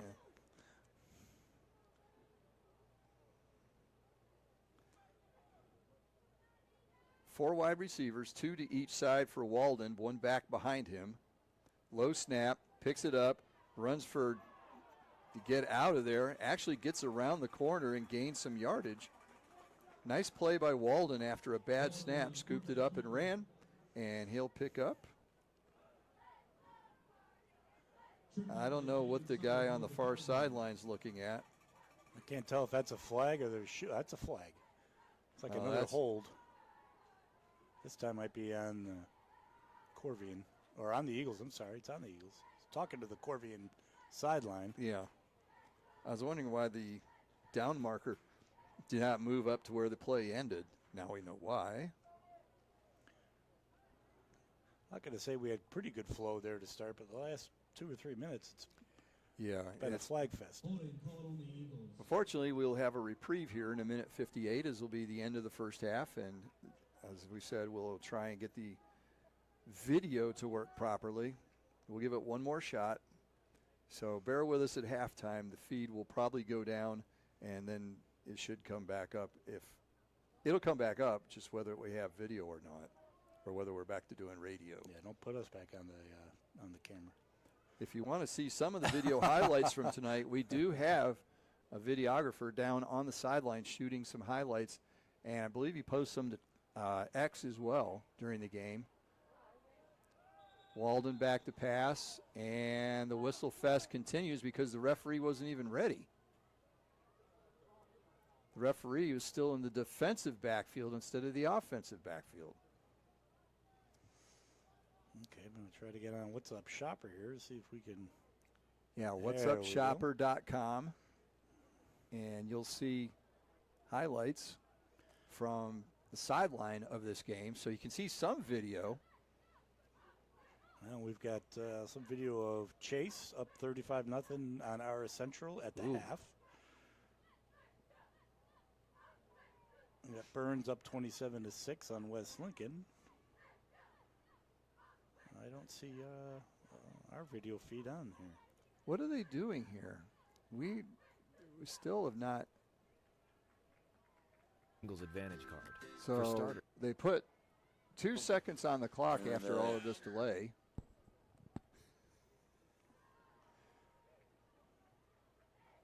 I'm seeing Maiden and Burns and. About East Lincoln, Bunker Hill, anything on that yet? That's last week. It's 24-0 here, 2 minutes to go, and the clock is running. First and about 20. Walden throws it down over the middle, but throws it low, intended for Brody Ward, but it bounced about 3 yards in front of him. Any other scores? Mentioned Burns 27-6 over West Lincoln. We got East Lincoln 29, Bunker Hill 0. Oof, and then we got Lincolnton 36, Highland 0. Yeah, we didn't think there were going to be too many good games with Lincoln County teams. It was going to be one side of one or the other. Unfortunately, this one was one of them. Bunker Hill is not enjoying the new conference. And plus, North Lincoln's playing Hickory, so who knows how well that's going. North's had trouble scoring here. Walden throws the ball after rolling out to his left and has to throw it away, incomplete. I apologize. Bad news here. Walden got up limping. And I didn't scroll all the way up. Hickory 35, North Lincoln 0. Okay, they've been shut out 2 consecutive weeks, and I think they're going for 3. Let me see. I got it here. Yeah, they lost to West Iredell 19-0, East Lincoln 49-0, and now trailing 35-0. So, offensive issues for the Knights. It's third down and a lot. How much is a lot? Pretty close to 20, the way it looks. 19, maybe? 19. Yep. Ball is on the 18-yard line, so they have to get to the 37 for a first down. And now we've got a delay of game penalty. Play clock had run down to 0. And being at a college, it's kind of a neat little spot. I mean, they're at least towards the one end zone. It's nice and big right there on the wall of the stands, and on the other side, it's up a little bit, so it's almost at eye level, I would say, going towards the scoreboard side. Yeah, on the field house end of the field. I believe it's the Betty Cone Field House. Oh. She did a lot of things here. There's a lot of things named Cone at UNC Charlotte. campus has changed immensely since the 90s when I took some courses here. Pass is completed, the dump pass to Jeremiah Benton, and he gets lit up. And they will lose yardage on that play. It's going to be 4th down, and what's the scene in replacements where they just go, oh, forget about it? Where they threw about 4 unsportsmanlike flags, and it's going to be about that much here. Its line of scrimmage is the 8. As you mentioned, they got to get to the 37, so 29. If Good. my math is correct. Yes, your math was fine. And give them 1:11 to go. Corvian should get good field position as well as get the second half kickoff. Ooh, that's not good. Kick, low, bounds, and it did get to the first down marker. It got to the 40, but it's picked up there by number 5, Cameron Simpson. He goes around the left side. He's got a convoy into the end zone, but there's a penalty back at the 35-yard line. Yeah, number 9 for Corvian, Riley Falk, just put 52 down for Lincoln Charter, and it was right in the back. Might be 62. 62, yes. Dylan Setzer. Does he have an orchestra? A stray cat? That's Brian Setzer. Oh, okay, I was close. Could be a relative. So after the 10-yard block in the back penalty,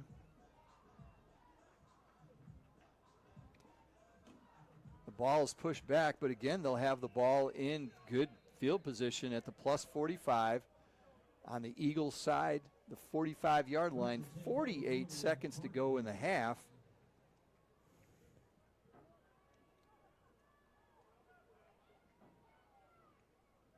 Play clock is not rolling, so I don't think there'll be delay of game on this. Yeah, why isn't that rolling? Okay. They do have all 3 timeouts as well. Douglas Brown back to pass, throws. He's got a receiver downfield. The receiver has to turn directions to get the ball over the other shoulder, and it's too bad he didn't because he would have scored. Yeah, he was coming down kind of almost posting towards the middle of the field, and the pass went out towards the numbers, as you mentioned. And so, yeah, Carson Nagel had to turn all the way around, but if not, that was another 6.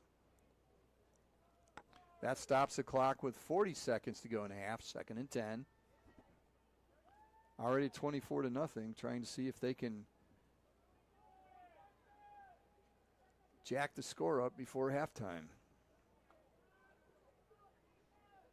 Douglas Brown back to pass, looks, throws, another bomb downfield, another open receiver, and this time the catch is made. Trying to see a number there. Number 4, B.J. McAdoo. Yeah, B.J. McAdoo. You're a Buffalo guy. You should remember that name. Bob McAdoo. Yeah, Bob McAdoo. So a 41-yard completion down to the 4-yard line, and Corvian's in business in the red zone. 1st and 10, 25 seconds to go in the half, and the clock's rolling. Corvian up to the line quickly. Handoff goes to Stinson, and he bulls his way through the left side into the end zone. Touchdown for Corvian Community. Yet another Kiever Pharmacy touchdown for the Cardinals, and that'll bring on Cooper Peterson for the James River Equipment PAT. No, they're bringing it. Is that Peterson? Yeah, it's Peterson. 33. It's an unusual number for a kicker. It was throwing me off. Yeah, I think he was 63 last year. I think I was watching that film that they had on him, and I was 63 is the kicker. And okay. Usually that's a lineman, and they usually kick them straight on. You know, old straight with a toe thing. Pat Dempsey. Yep. Snap, hold. Good job by the holder to get it down in time, and it's pounded through by Peterson. So, with 8 seconds to go in the first half, it's Corvian Community 31, Lincoln Charter 0. You're listening to high school football on KTC. Got water problems? Then call the Warden. That's the Warden Companies in Lincoln. No matter your water problems, Gary Ward and the Warden Companies can help. From basement and crawl space encapsulation to water damage restoration, from mold and mildew remediation. All right, folks, we got some updates for you. Let's do some scores for the folks at home, and then we're going to try to round up some of the highlights that's been coming across our board. And it's a rainy, wet night out there, but we've got some highlights and some scores from earlier in the night. But I'm going to let Chip and Dennis handle what we've had so far tonight here on KTC Broadcast. Yeah, we're here for your dancing and dining entertainment. Apparently, that's about all we got right now. Well, we got a little bit of game going on. Dennis, I'm going to do the left row and the top of the middle row. I'll let you take over McDowell, North Buncombe. So, okay. Burns leads West Lincoln. Last we have 27-6, or I think that one's under delay.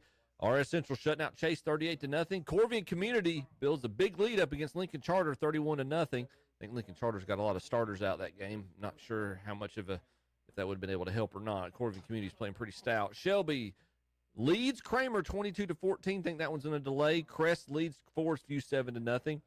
East Lincoln shutting out Bunker Hill 41-0. No score Pisgah Franklin as of yet. Brevard leads North Henderson 14-6. West Henderson leads county rival East Henderson 21-0. Tuscola shutting out Smoky Mountain 13-0. In the dangerous pronunciation game of the night, Ashe County leads Elkin 22-14. No score update from Star Mountain Allegheny. Ashbrook leading handily against North Gaston 37-0. We have no update from East Gaston against Bessemer City. Lincolnton shutting out Highland Tech 36-0. South Point shutting out Huss 34-0. No word from Albemarle and Mountain Island. Hickory shutting out North Lincoln 35-0. And I'll hand it over to Dennis. All right, we got the McDowell Titans, and I might add they're having a pretty good year this year. Yes, usually they lose everything, but this year they're winning, and they're winning tonight 14-7 over North Buncombe. And in the Watauga Panthers and Asheville Cougars, which should be a pretty decent game, we don't have a score yet. Mm-hmm. And Polk County versus Mitchell County, we don't have a score yet. Mountain Heritage Cougars 38 and the Madison Patriots 6. Owen versus Avery County, we don't have a score yet. Mooresville versus South Iredell, no score yet. West Caldwell versus East Rutherford, we do not have a score yet. So if somebody's listening from East Rutherford, give us a call and let us know what that score is. North Stanley 7, Thomas Jefferson 0, East Burke 0, High Brighton 23. It's the Drone Wildcats 0, Patton Panthers 17. And we have a close game between Newton Conover 21 and Bandy's 28. Fred T. Ford 0, Maiden Blue Devils 19.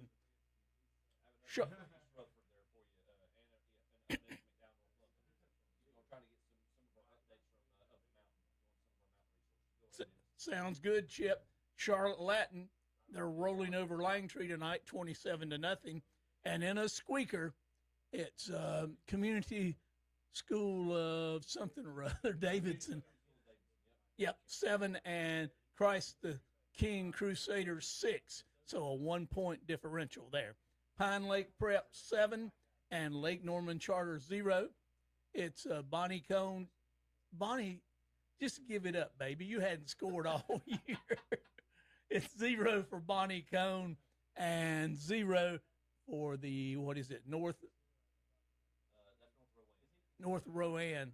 And that's the best Bonnie's been all year, is 0-0. West Wilkes 6 and East Wilkes 14 and Wilkes Central 0 and North Wilkes 0. So up in Wilkesboro, there's a lot of action tonight, but not very much scoring.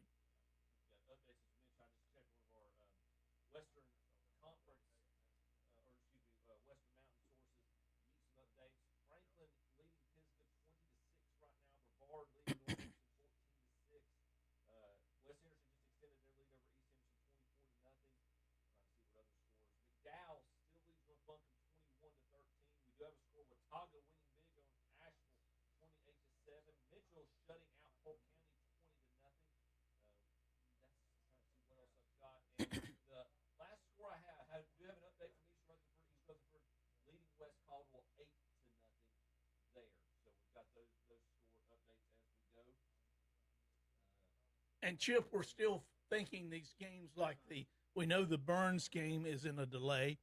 We know the Crest game is in a delay, and the Shelby game is in a delay. A lot of you folks are interested in those scores. We'll update them and get that back to you as soon as we hear from them. As always, fans, y'all know, as soon as we can hear about these, we'll be sure to share the information with you and pass it along. Try to see if we've got any score updates for any of the other local games that we might have right now. I'm checking out Vesper City East Gas right now. I don't have an update on them as of yet. We do get some of those scores again up the mountains in the west, that we're able to update some of those. Oh, one of the surprising scores from up in that area is Mitchell County 20, Polk County 0. That's a little bit of a surprise to me.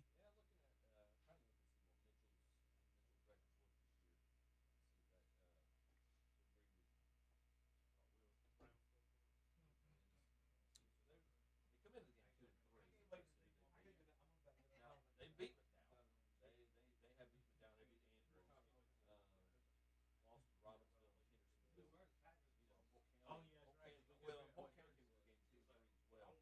They had they beat their two big Chase and Patton. So they lost to Conover and Blue Ridge, and they lost a close one last week to Owen. Yeah. No score update yet for Owen and Avery County.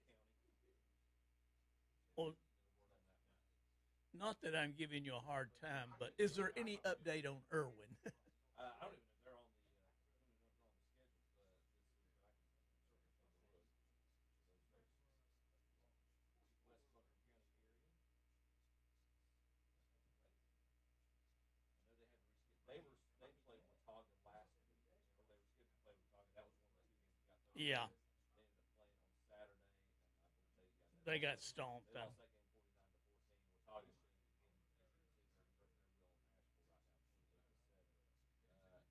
I don't have high hopes for Irwin this year. They are at AC Reynolds tonight. So, or no, I'm sorry, they're off this week. Irwin's got a bye week this week. Okay. So that'll be a tough matchup. Obviously, they always make Scorpion very tough. Although AC Reynolds is only 2-3 on the year, but they have played. They've had a pretty stout schedule, from what I can recall. They've lost to Bard. They beat Maiden by 1 point. They beat Murphy. They lost to Freedom. That was right. That was one of the high scores of last week. Freedom beat them 70-20 last week. So, I don't know. We'll see. Trying to get some. Try to see if we get any updates from other scores around the area. Go back to our scoreboard here for the entire state. Updated right now. Again, a lot of the games, especially like the Cleveland County games, our listening area on a delay.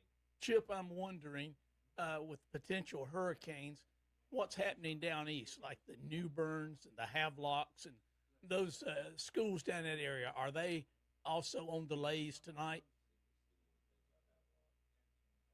And Havelock's not having the Havelock year this year. They are. Looks like they're playing at Croatan right now. I don't know if I pronounced that correctly. Yeah. They're in the third quarter right now. Looks like they're playing 36-34, and they're losing to Croatan. Havelock's only 1-4 on the year. Croatan's 5-0. Yeah. Looks like they're underway and they're playing, because that game started at 7 there and was shown in the third quarter. So I don't know that. I think the Hurricanes, of course, the outer bands can always impact it sooner than you think. But I thought that from what I saw the weather forecast, that's not really not going to start having a major impact on rainfall until early Tuesday next week. Yeah, I noticed they were talking about there's some kind of confluence of two hurricanes possibly swirling together into one major hurricane or something that would affect inland, where the rest of it was just single hurricanes sort of would go out to sea. And you tuned in for football, and we're giving you a weather report. Well, we had Brian Branson, our own tornado chaser, give us his weather forecast. I was like, if it's going to chase tornadoes, I'm going to trust the meteorologist. Skills a lot better than my own. Scores, all of the Cleveland County scores, our local scores, mostly still Burns 27, West Lincoln 6, RS Central 38, nothing over Chase. Shelby 22-14 over Kramer. Crest leads Forest 7 nothing. Mountain Island Charter. Well, we have a score update. Mountain Island Charter 6, Albemarle nothing. Okay. Charter's got 6 up on the board. Bryce the King has taken the lead on Community School Davidson. Just keep chipping away at it. 3-7. They're in the second quarter right now. Charlotte Latin just keeps pouring on right now. Well, you know how those Catholic boys are. They get the job done. 35 now. Charlotte Latin leads on through prep. Forest Family still leads Thomas Jefferson 7-0 based on the last update. Brighton 23-0 over Eastburg. Morgan Community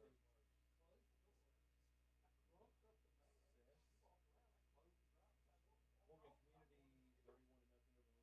That's the game at UNC Charlotte. Gal leads from North Lincoln 13-7. Excuse me, that game. That's all right. Well, Max Preps has not got as up to date as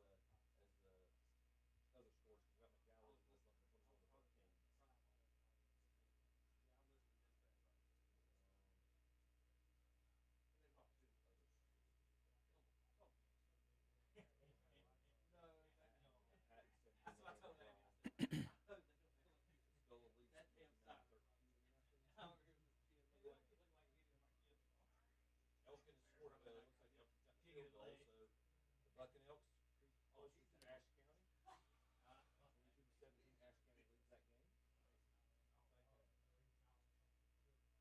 Got Wes Emerson extended their lead over East Emerson. They're now up 33-0. Like Brevard also extended their lead against North Emerson. They lead 22-6. So was the storm just concentrated on Cleveland County? I don't know. It looks like it's just sitting here.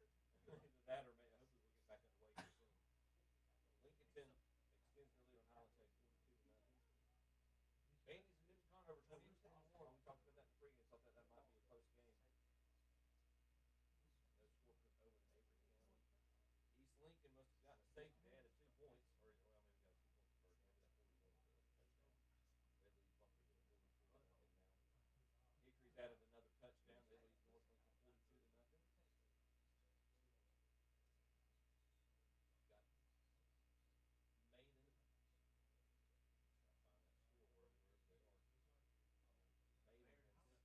Trying to find that score wherever they are. Maiden. Oh no, we already have Maiden. Have been leading 40-0. Franklin extends their lead on Pisgah 27-6. West Wilkes is kicking a field goal. 5 of East Wilkes. Turn me off. Is that better? Try that now. You got me over? Okay, so update from Shelby. They're 12-minute. They're going to wait 12 more minutes and then do a 3-minute warm-up, and they're going to start back. So Shelby and Kramer should be starting back soon. Crews are trying to clear waters on the sidelines at Crest. I don't know what that means. Are they squeegeeing it over there? Nothing official yet from Paul. So update in Cleveland County. Shelby should be starting back soon. Crest working on it. Nothing that I've been told anything else. So there you go, Chip. Thank you very much, Kevin. I appreciate that. And for our fans folks who were listening in, I apologize. I think you might have just been listening to Dennis sound like he was talking to himself. I heard myself in my headphones, and I don't think I hit my button. So that's I'm not hearing real well anyway. You had one job, Chip. You had one job. But anyways, but yeah. So taking a look here, South Point extends their lead. So real quick, let's go through these scores real quick. Sure. I say that. Let me see if I can.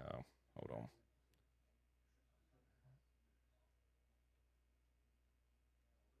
I was trying to get it. I can't get it. That sound you hear is Chip updating the scores. Trying my best to, and I'm failing miserably. Oh my gosh. Yeah.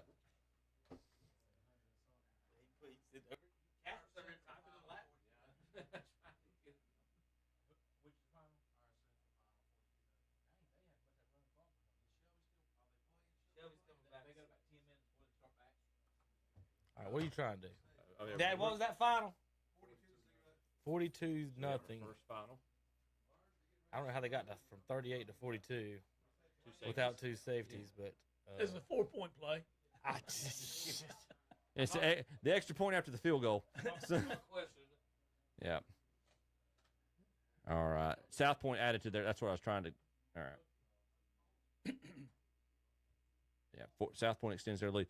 Dennis, let's since I decided to mute myself and folks online weren't able to hear me there for a good little bit of this portion, let's run through the scores real quick. And again, I'll do the ones on the left and the top. You can take over with McDowell and North Buncombe. We got some of these scores from out west updated as well with some of our western mountain sources.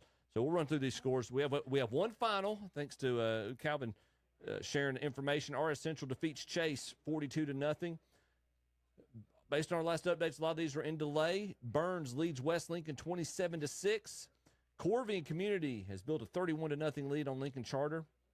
Shelby and Kramer in a delay. They're going to wait a few more minutes, as Kevin said, and they're going to have about a 3-minute warm-up and try to kick things back off.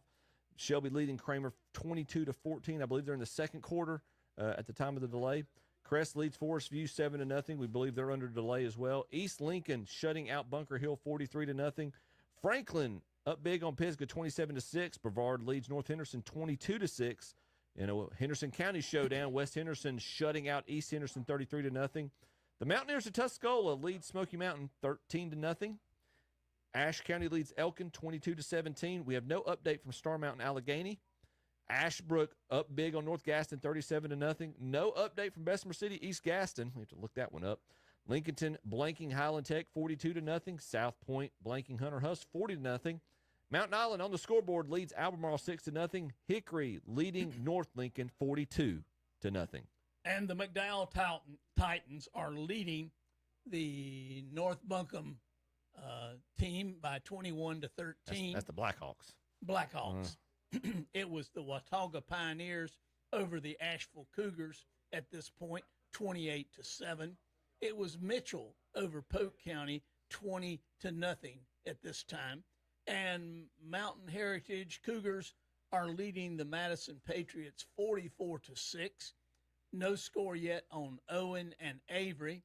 And Mooresville and South Iredell, we don't have a score on that yet. We have West Caldwell falling to East Rutherford at this point, 8-0. We have North Stanley 7-0 over Thomas Jefferson.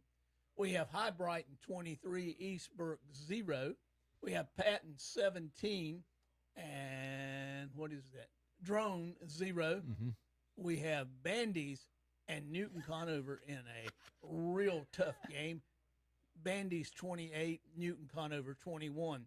We have Maiden 19 and Ford 0. We've got Charlotte Latin over Langtree Prep 35-0. We have Christ the King 13 and Community School of Davidson 7. We've got Pine Lake Prep 7 and Lake Norman Charter 0.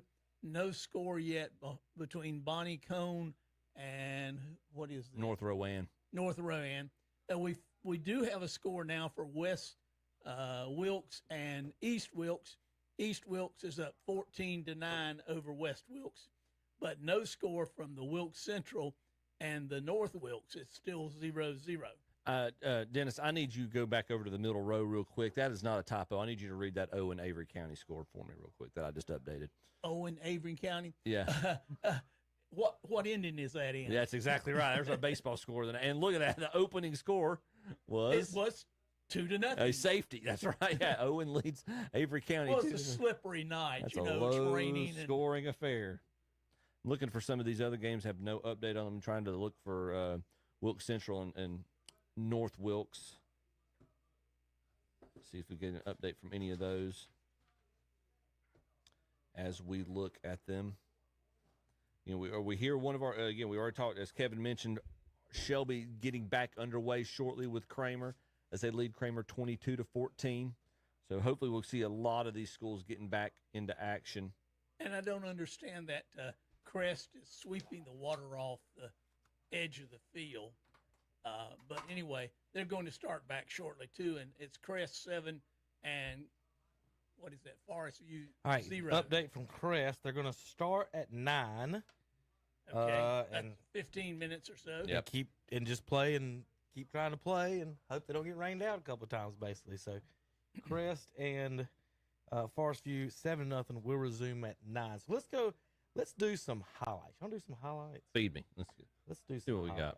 got. Let's give me something that's dry. Back when the fields were dry. We're going to watch some football. How about that for the folks at home and want to check some of this out? All right, let's go out to Chase for their entrance. Hickory wins the game and drops 2 spots. Go figure. And then North Lincoln 17th. So I got something I think in the background. I think I got David talking. He played Highland, I think.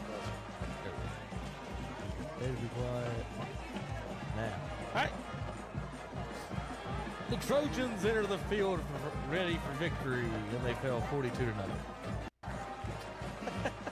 I'm not going to comment on the Chase team. Well, they were doing well. How about first score of the night for the Bulldogs? This made it 7-0. Max Davis. That's a familiar name. He's had a good year. End around off the end. A couple little cuts, couple little shakes, and Max Davis walks in. That made it 7-0 Bulldogs. 14-0 Bulldogs. We're at. Oh. Well, Crest is starting back at 9. Burns, we got an update. Thank you, Mr. Calvin, that Burns going to be under another lightning delay. Just got an update from there. So, well, Trent and Tom say it's bad and getting worse up there, but Crest and Shelby's going to play. So I guess it's staying on that side of Highway 74. I want to see the radar here. Dennis is staying north on the north end of the county. Well, strange things happening in Lineville. I guess up at this is RS Central taking the 7-0 lead. Remember they won 42-0. So. The weather forecast in Falls right now says it's mostly cloudy. That's it. Precipitation is 10%. Must be getting lightning out in the distance and stuff. How about West Lincoln from way downtown? I don't know how many yards that was. That's got to be 90. TJ Stratford. He gone. Let's see where that. I mean, he's close to the 10 at least. Say, how many yards 5, did he 10, run, 15. I'm guessing it's either 80 or 80 to 85 yards. Somewhere in there. Watch that again. There he goes. Was that a pass or a pitch? He could go all the way. He has an option. And that DB gets sealed over there. That's that DB's fault.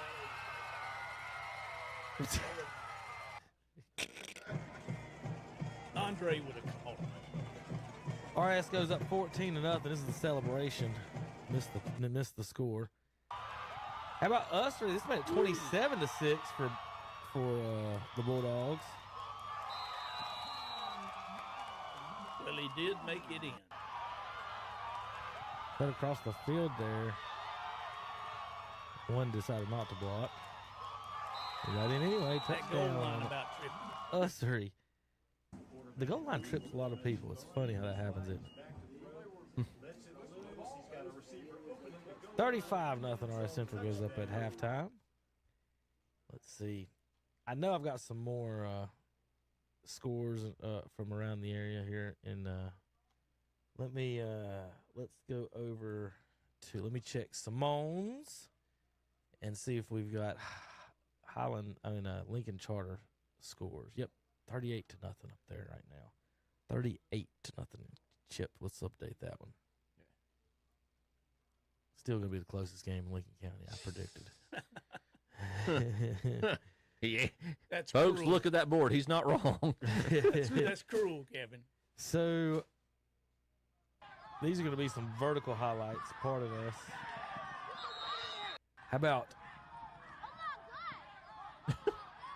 the running back dropped it? He dribbled I heard him on the radio. They said he dribbled the ball and then scored. The running back dropped it. It bounced twice. And he ends up with a touchdown. You hear the little boy. How about an interception for Corvion against the Eagles? There's your man, Chip. Throwing the pick. Throwing the pick, yep. Desmond Walker, touchdown for Nice Corvion. screen.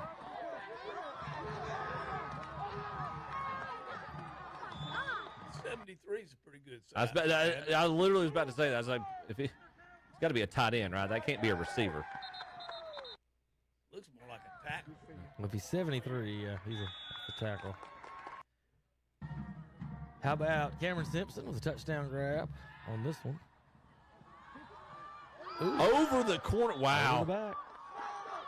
I tried to call over the back last week on the show, but they wouldn't buy that. Kelvin Stinson scores. This made it 31-0 right before halftime. And here's your extra point just to put it 38-0. Corvion leads Lincoln Charter at the moment. All right, let's go over to O'Brien. Let's see what's going over at that South Point game. 47-0 now. South Point destroying the Hunter Huskies. I got some highlights of that game right here. Got a lot of highlights, a lot of South Point highlights here. Hell, it was 47-0. I would think so. There's the Raiders taking the field.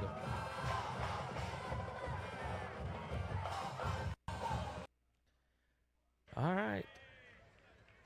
There's a fumble. I want the scores. 7-0 right here. South Point.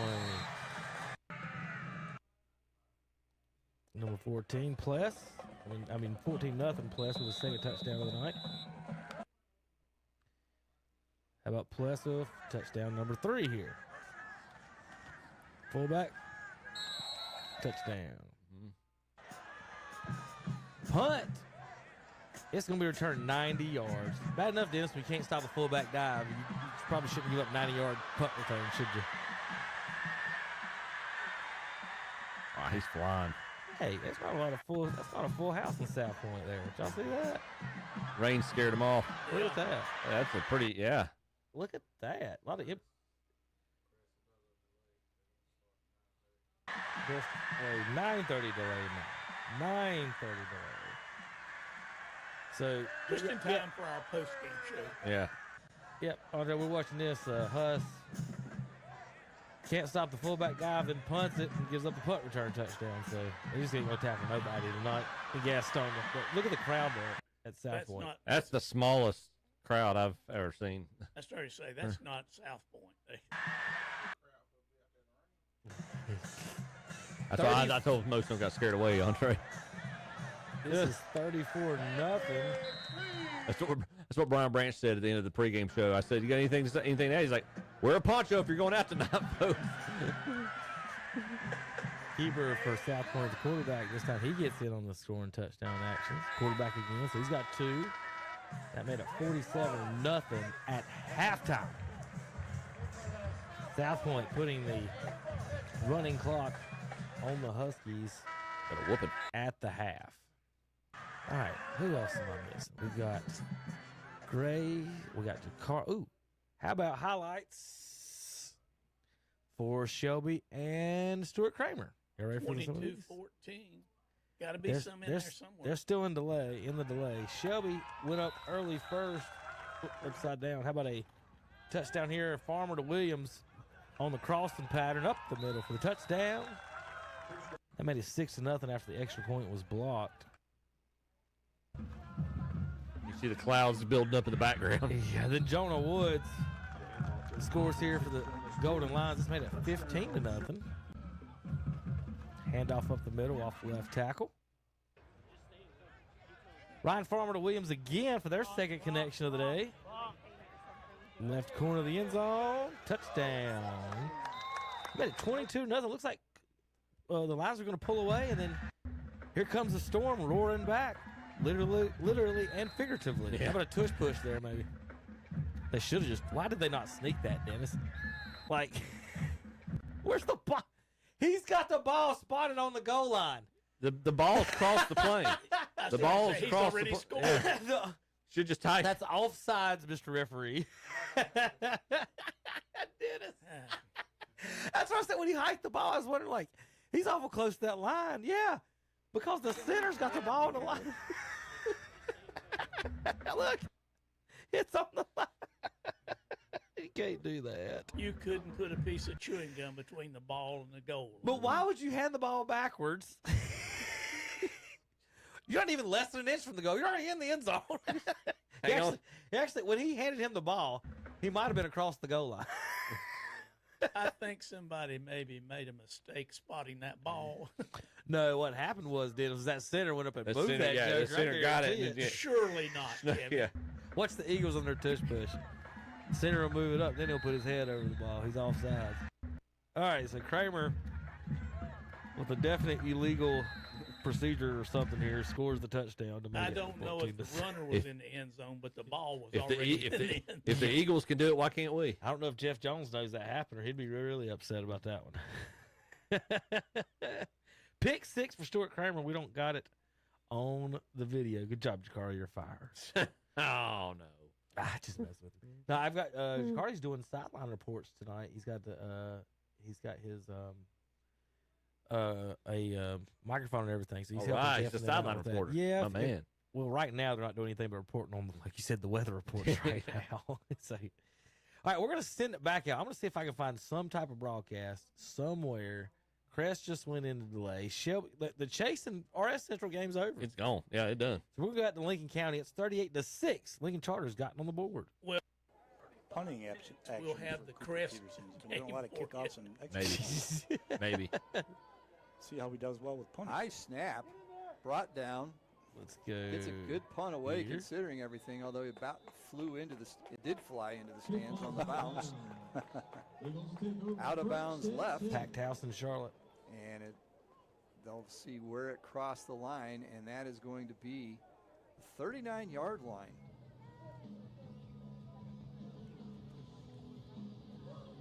So for the first time tonight, Lincoln Charter does not get the ball on the 20-yard line. The one possession where the guy fumbled the punt or misplayed it, right? I guess that counts as a new possession. It does. So, there goes my. Well, still, without a turnover, they get the ball inside the Corvian side of the field. 38-yard line, 1st and 10. Walden in the shotgun. Hands off up the middle. Not much there. In fact, they're going to lose a yard. Jeremiah Vinton, the ball carrier. Yeah, they may be subbing on the offensive side, but they're not subbing on the defensive side. Again, that was Duke's number 55 for Corvian. He's got a sack, 2 tackles for losses, and 2 other tackles. Loss of a yard, 2nd and 11. And now they're subbing him, as I say that. Mounter's curse strikes again. You speak it into existence. Low snap. Walden was going to hand it off. He has to keep it. Dancing around in the backfield. Breaks a tackle. Goes up the middle. Nice run there on a busted play. And he's going to gain about 7 yards on that one. Wasn't designed that way, but it turned out and worked out pretty well. He's had a lot of practice at that tonight. So, I'm afraid so. Doing a good job, but we got positive yards. 3rd and 6. He was trying to hand off on the mesh there to Benton, and Benton was past him before he could pick the ball up. We're waiting on here. Still getting the play call in. Maybe a running clock, but they still have a play clock. It's down to 10.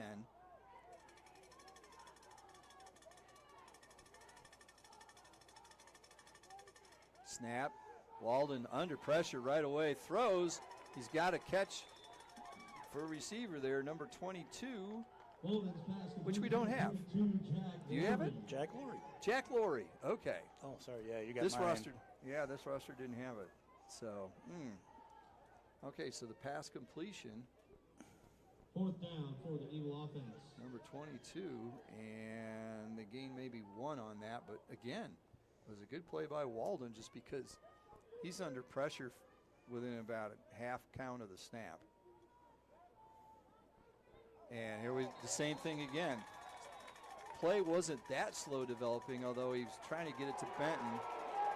And yeah, a little taunting, trying to walk over him as he was getting up was number 62. That we do not have for Corvian. I don't think there's even a 52 or 42. There's a 22. It's too big to be him. 62 right there. Yeah. Yeah. So again, roster we have is a bit incomplete. Maybe 26 names on it, and there's a lot more than that on their sideline. Although some of them are standing around. We mentioned earlier the game how many players are out. We didn't have time to run the interview, but probably their best all-purpose player is King Davis. And if we pan down to the sideline at some point, you'll see him there in number 0. And he's on crutches, and you see him right there. He's been their playmaker. He already had 6 interceptions this season, a bunch of touchdowns. He was close to the national lead in interceptions there for a while. We picked off 4 in the first game of the season. It was Highland Tech, but still, he picked off 4 passes. I think 2 he took to the house. So he was one of their better weapons. So Walden is brought down, and that's the end of the third quarter with the score. Corvian 38, Lincoln Charter 6. You're listening to high school football on KTC. Water damage restoration.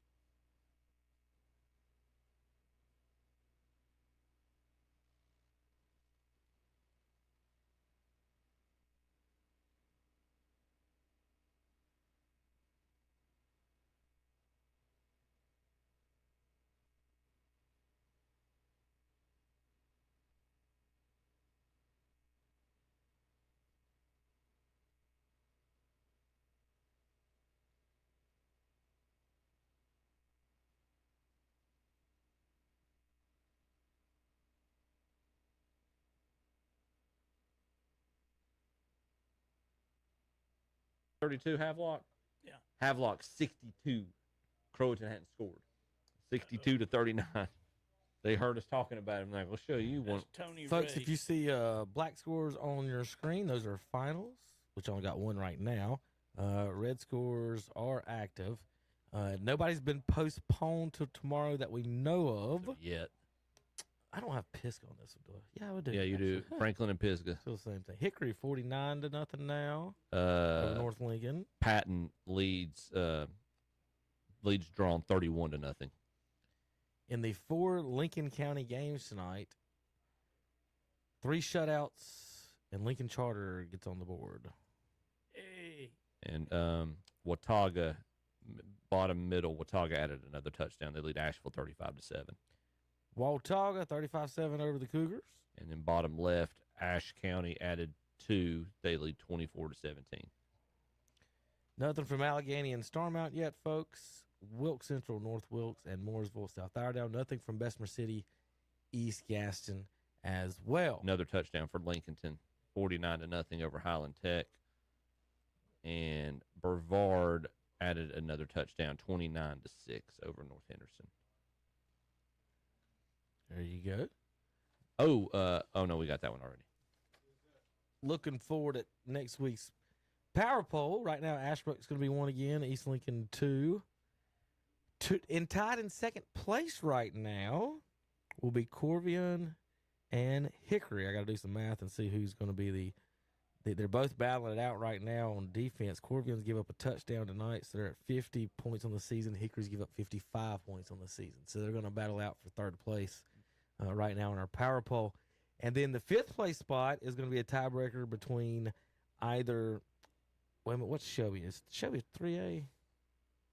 Shelby's 3A. Yep. So it's going to be a tiebreaker between South Point and Maiden, and would be Kramer if they can come back and win over Shelby. Would be a tie for 5th. So Kramer's only down 8 points right now at Shelby. They just went into another lightning delay. So they're about 5. He said about 5 minutes in, about 2 or 3 minutes ago when I started talking. So they got about 20 more minutes waiting on that. I think those are kind of really not exactly hard lines, Dennis. I think a lot of times they wait about 15, 20 minutes and be like, hey, we're going to start over right now. Y'all start warming up. Let me point out something. This would be a good time for the poor people who are sitting in their cars hoping to hear something before midnight to be at home and be able to watch the broadcast of these games in the comfort of their living room and the dry and everything. Of course, they wouldn't have any hot dogs to eat. No. But well, they could make their own. You make they their could own. make their own, or they could get them on the to-go out the gate. So we've got. Do concession stands do DoorDash? Maiden added a touchdown. They lead forward 26-0. Maiden 26. Top right, yep. 26-0. For the Blue Devils, they'll be improving to 5-1 on the season. West Iredale. Find some of these 0-0 scores. 4-1 coming in tonight. They've got a bye tonight. We're number 8 in our power poll. Kings Mountain with a bye tonight. No game. And then I think that's really the only two in our top 25 not playing tonight. I'm sorry. Star Mountain, Allegheny postponed to Saturday. Postponed to tomorrow. Okay, we so might we change, correct that. We're going to change that one to that was posted South just Stanley here in a little bit. 45 minutes ago. When I get those postponements, we're going to change one of those probably. So we'll get that moved here in just a minute and update that one for the folks at home as well. Power poll is going to be interesting this week. Crest is going to end up about 6th or 7th if they can win over the Forest View Jaguars. That's Jaguars. Jaguar. They're from that part of Gaston County where they have a little culture. See about this one.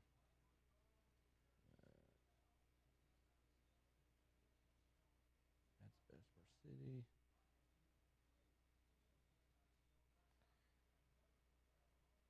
Right now, I believe. Hold on, let me see if that's East Gaston 21, Bessemer City 6. Boo! Sorry to be the bearer of bad news in the third quarter. The only good news about that, it looks like my passing touchdown against Shelby is going to stand. You said 6 to what? 6 to 21. 21 for East Gaston. Having to go to my in-depth sources. Well, all right, folks, we're going to send it back out to, I guess Lincoln County's still going. 45-6 now. We're going to send it out there. Our video. He's doing a fine job of Yes, it he now is. that they let him in here. And, yeah, you may see that there's nobody on the other Yeah, side of the that's what he field. did. Everybody's Oh, my on one goodness. side. Oh, my goodness. Yeah, it's Fumble in the backfield, picked up, scoop and score.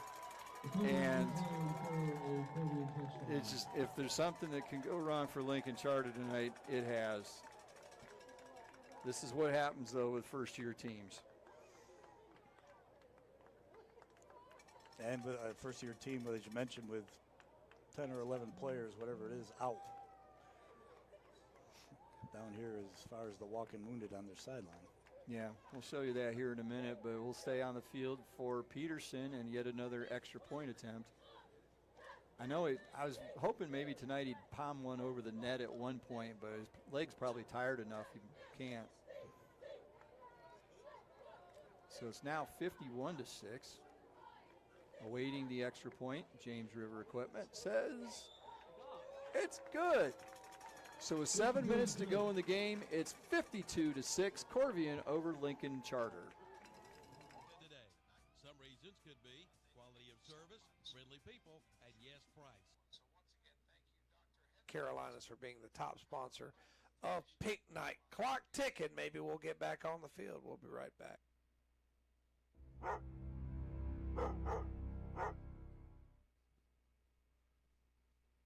Delivery available in North Carolina.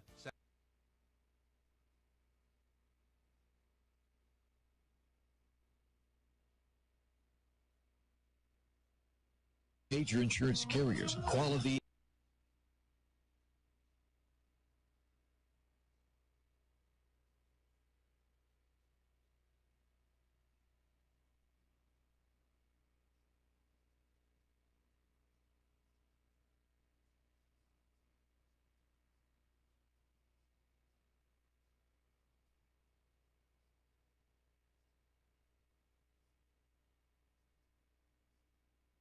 County and the surrounding county. Most kickers do. Big high kick, and now he's back to normal. 5 yards deep in the end zone. And earlier we mentioned how many players were out for Lincoln Charter. If we go down the sideline, you've got number 84 walking along here. He's in street clothes. And if we pan across slowly, there's another one right there acting like a kicker. And then over here we have a whole pack of people not in uniform. King Davis and Colton Stern, Vance Wilkerson, Alex Beasley. And these are some of the names that we were calling when we did the West Lincoln game. So this is some of their players they were counting on, and several of them are out for the season. Handoff up the middle. And we've got Tyler Waterman in at Cody Pusker in at quarterback, number 12. He hands off to, okay, if Alex Beasley's down here, how is Alex Beasley out on the field? There's a number 2 and a number 2. Yeah, you got a couple number 2s on the roster, a couple number 5s. Looks like they just offense defense thing like you see in college. Right. Guys got the same number, they just can't be on the field at the same time. Pusker looks, throws. He's got a receiver out in the flat, and he's dropped for maybe a 1-yard gain. Catch made by, do you have a 22? I don't on this roster. That was Jack Laurie. Jack Laurie. Yeah, we called his name earlier. I do not have a 24 for Corvian, however. I'm sorry, it was 88, Max Anderson. I was quarter right on the number. Okay. All right, folks, we're gonna stop for a minute because Will Boykins is about to walk in here. And we got his jersey ready for him right here. There you go. We got his jersey ready right here. And we're going to check out what's going on. What's going on? Yeah. Come on. Yeah. We got something for you. Look, hey, man. We got a whole welcome. We got Come everything on you down. need. Yeah. We got everything you need. Don't forget the cat. We got everything you need right First here. of all, did Tommy ever accept? Listen to this. There was a lot of junk talking. He said, There was a lot of junk. He said, Don't back out now. I'm not going to back out because, but I'm just saying, Tommy said, I heard Will Boykins say that. That's what Tommy said. Yeah. Did he ever accept? He You'd never look accepted. good, Brown, Will. Always. Touche. Well, I told y'all y'all aren't going to score on us. I told you we weren't going to score either. So I said what I said might be 10-3. It was like 17-10 or something like that. So 13-10. 13-10. Here, you need a cap to go with that. I don't know whose baby Gap jersey y'all done got me. Baby, that's a 44. What you talking about? That number ain't the size, Will. That's the fastest you're gonna look in the last 20 years once you get that over your head. Will, Maybe you should have kept. Yeah, take your glasses off first next time, man. This is awesome. They're This going is to awesome. bring me a baby Gap shirt to wear. Sorry. They wanted to see your physique, Will. That's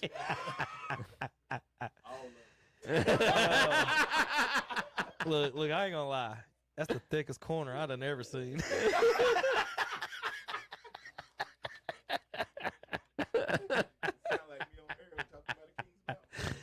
Oh, yeah.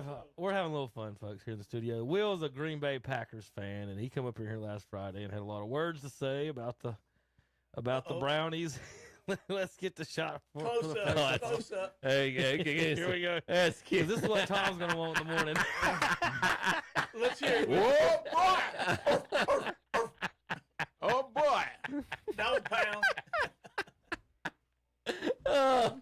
I don't even know they fight song to finish the bet. I have no idea what to even say right now. I have no idea. Do they even have a fight song? Do they even have one? Do the Packers have a fight song? Yeah, go Pack, go. Let's go, dogs. I guess they call the dogs. Will, you look good. I know that. Now you need to get on your live stream. Will's got to get on his live stream now, yeah, so all his people can see. How many hits he gets with that? I love it. The things you boys get into. That's awesome. Terry's going to look good in a Bulldog jersey at the Cat Square Parade. I know. Yes, he is. He's fall. going to look sharp. He ain't going to do that. He does have a burn shirt. He'll wear a shirt. I don't know if I can get him in a helmet or he might wear a hat. He might. He'll look as inconspicuous as he can. All right, we're going to finish up the this end of the Lincoln County broadcast. We're going to send it out there. And then when as soon as we get another broadcast going, we're going to send it to there. So we're going to finish up again with Corvion and Lincoln Charter. See if I can get out to the. I don't know. Here we go. Corvian with the ball, handoff to Holt. He's drilled in the backfield. And that will probably be the final play of the game. So Lincoln County Eagles, who look more like a MASH squad than a football team, unfortunately, they're going to go down to defeat to state runner-up last year, the Corvian Community Cardinals. Final score, Corvian 52, Lincoln Charter 6. We'll be back with a post-game show after these timeouts. All right, folks, welcome back to the studios. We're going to try to find one of the other broadcasts. I just got a note from Crest. It would be considered a complete game to play until halftime. That's their hope. Now we shall see another lightning plays. They're trying to get to halftime. So for the folks listening to Chris, let's go out there and see if they're talking. Somebody's saying, okay, we're going to restart now at this time. We do know that you have those long delays when you've seen lightning in the area. And we have just heard another alarm go off. And that should probably indicates even another lightning delay. That's, or it could be, or could it be the ones? Okay, well, wait a minute. That could be the one letting the fans in the parking lot know and all that we're going to try to resume again. I see some Forest View players coming out, and they are still in uniform. So this is a good indication, folks, that we may again try to resume. These guys have been in a long delay. Forest View is coming out, so apparently the alarm this time was not to mention lightning again, but that we are going to try to resume the game. So I'm assuming if we can make it happen this time, and Mother Nature and the weather doesn't provide us with any more lightning or thunder, that we may be resuming this game in a little while. You don't have an official restart time. Okay, just checking with one of our team members. We don't. Some of the fans are making their way back into the stands. We don't have an official restart, but we are seeing, again, Forest View take the field, and maybe Chris will be coming next. So we will go into another break, and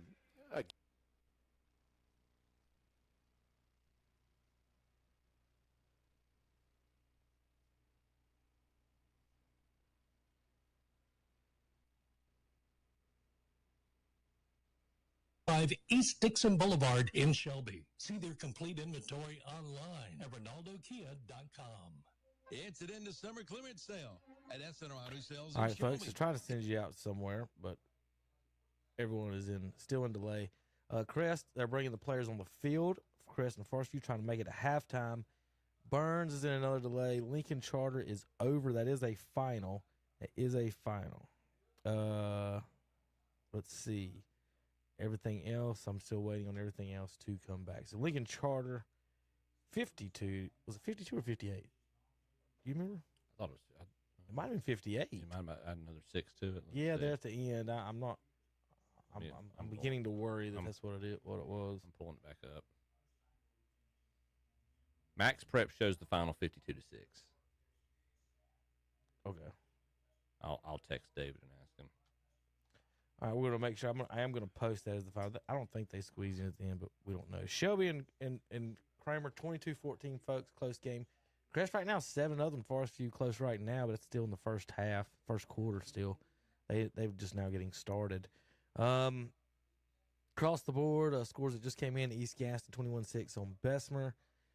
Hickory's blown it up at North Lincoln. That's the first time I've seen it. So Mountain Island 6-0 on Albemarle.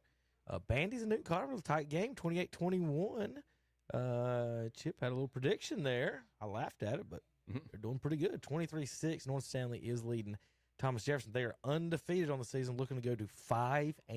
I wonder if they've ever done that at that school. It's all right, Kevin. You're also talking with the guy who questioned Cal Raleigh's defensive prowess as a catcher. I'm going to have to bring that up tomorrow morning. We'll talk about it probably a little bit.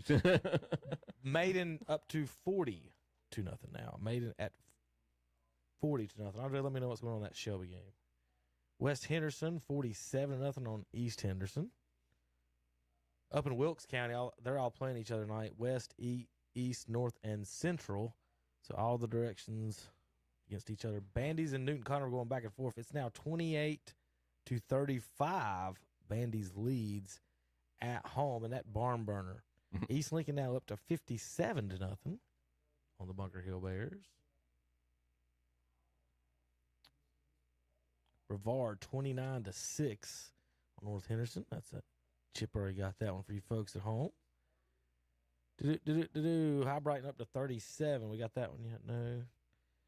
They're putting it on East Burke.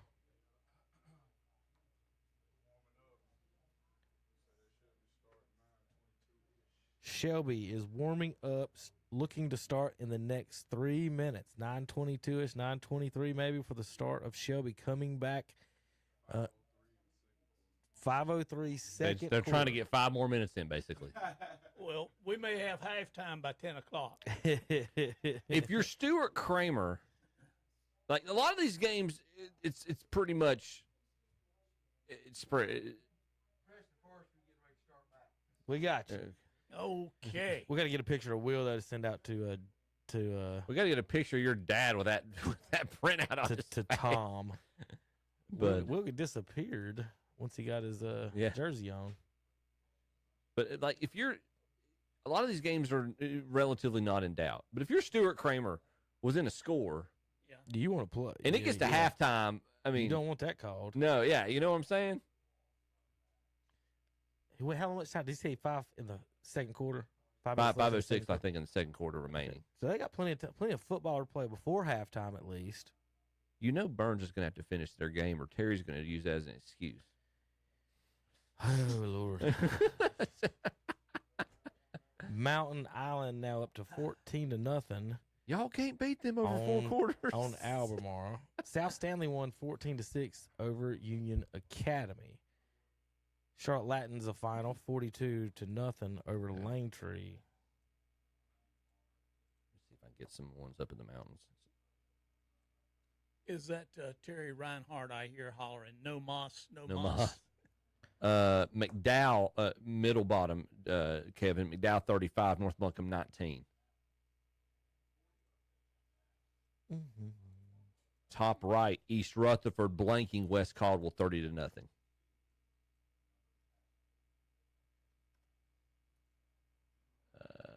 Pisgah has scored a touchdown. Franklin's beating Pisgah 27-14. Mitchell has scored a touchdown. They're blanking Polk County 27-0. Al Bundy has not scored tonight. Well, okay, we've got that one updated already. Final Ashbrook 44-0 against North Gaston. Watauga 35-7 still on the Asheville.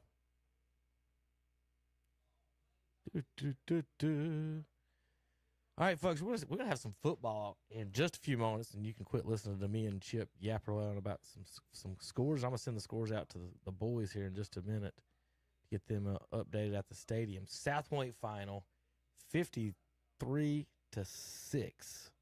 against Hunter Huss. Statement game. They're reminding people they're still pretty darn good. Yeah, I thought Huskies were better than that.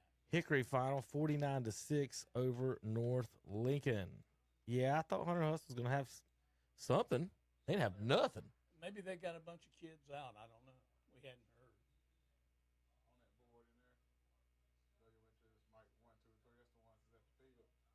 heard. Who? You talking about right there?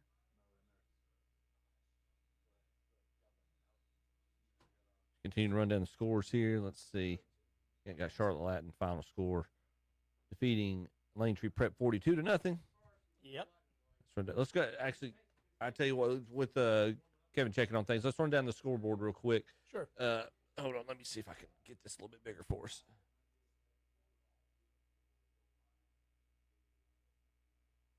There we go. Can you see that okay? Oh, yeah. All right. I'll take, again, as usual, I'll take the first left row in the top, and then you can take over with McDowell, North Buncombe. Scores in black are final scores, fans. So we'll run through those. The finals in my grouping there. Actually, I'll do all the final scores real quick. RS Central defeats Chase 42-7. Corvian Community defeats Lincoln Charter. That game at UNC Charlotte. Corvian Community wins 52-6. Ashbrook shuts out North Gaston 44-0. That's what it took for us to get a score update of a North Gaston game, as it took them taking on Ashbrook. But Lincolnton shuts out Highland Tech 56-0. South Point defends their turf 53-6 over Hunter Huss. Hickory defeats North Lincoln at North Lincoln 49-6. And Charlotte Latin blanks Lane Tree Prep 42-0. These are the games either delayed or still in progress right now. Burns leading West Lincoln 27-6. We've got Shelby leading Kramer 22-14. Crest shutting out Forest View 7-0. We're hoping those at least two. Stay tuned for that one. Yeah, 2 or 3 of those games should be getting underway if they're not already back underway. East Lincoln shutting out Bunker Hill 57-0. Franklin leads Pisgah 27-14. It's Brevard leading North Henderson 29-6. West Henderson shutting out East Henderson 47-0. Tuscola leading Smoky Mountain 13-0. Ashe County leads the Bucking Elks of Elkin 24-17. Star Mountain Allegheny has been postponed until tomorrow morning. I believe the post I said read game time, or the post I read said the game time is going to be 10 a.m. tomorrow morning. Wow. East Gaston leads Bessemer City 21-6. Mountain Island Charter shutting out Albemarle 14-0. And Dennis, over to you. Okay, McDowell is leading North. What is that? Buncombe, North Buncombe. North Buncombe 35-19. Watauga is leading Asheville 35-7, and Mitchell is leading Polk Central 27-0. And let's see, Mountain Heritage is leading Madison 44-6.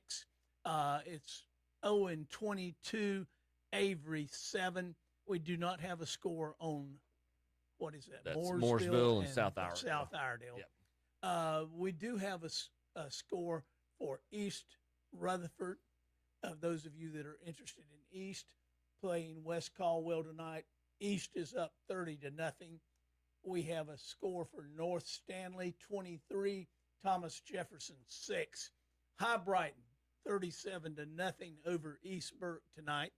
That's still in progress. Patton 31-0 over Drone.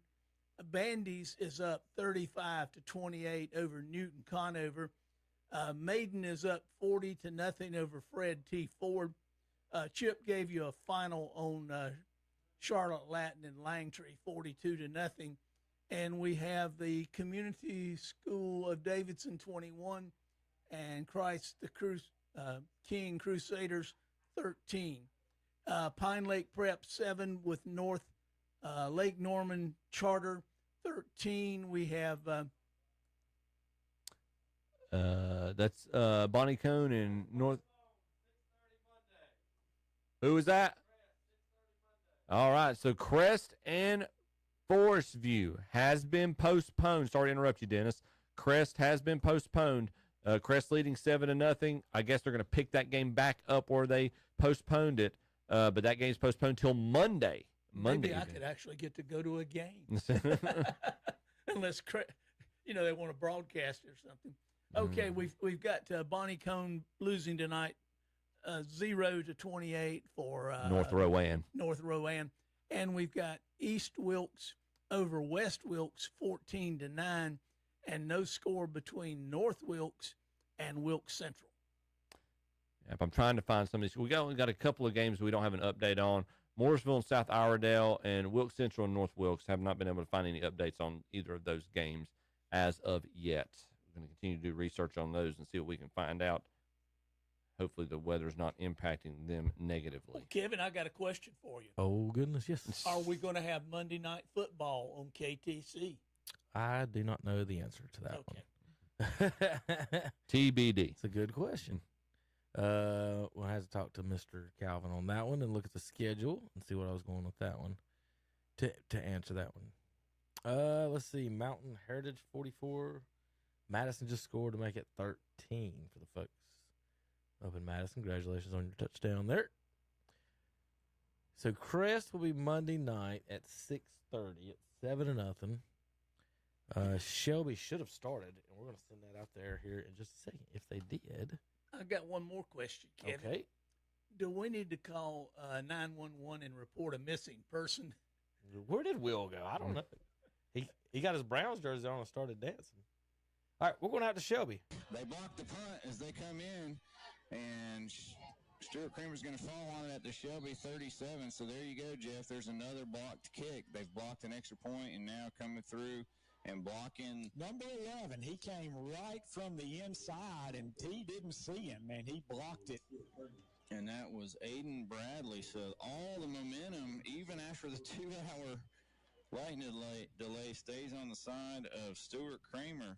And now they have a chance to, with 3:27, go down and maybe tie this one up if they can score and get a 2-point conversion as they trail by 8.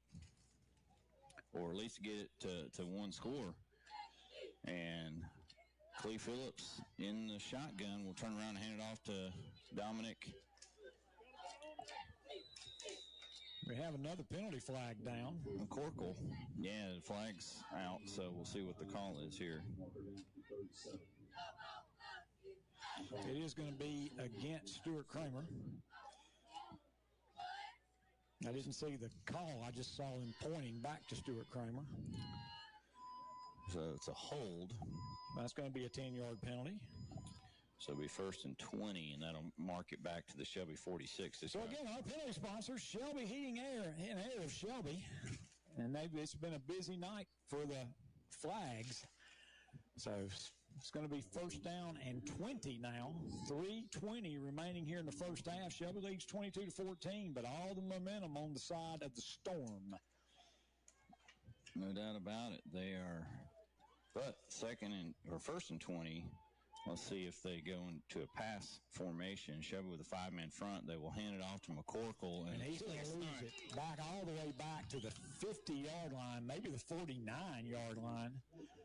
McCorkle with a run to the left, but from the backside, Kelly Hunt got in there and tackled him for a big. Yeah, that's all the way back to the 49-yard line. So that's going to make it 2nd down and 25.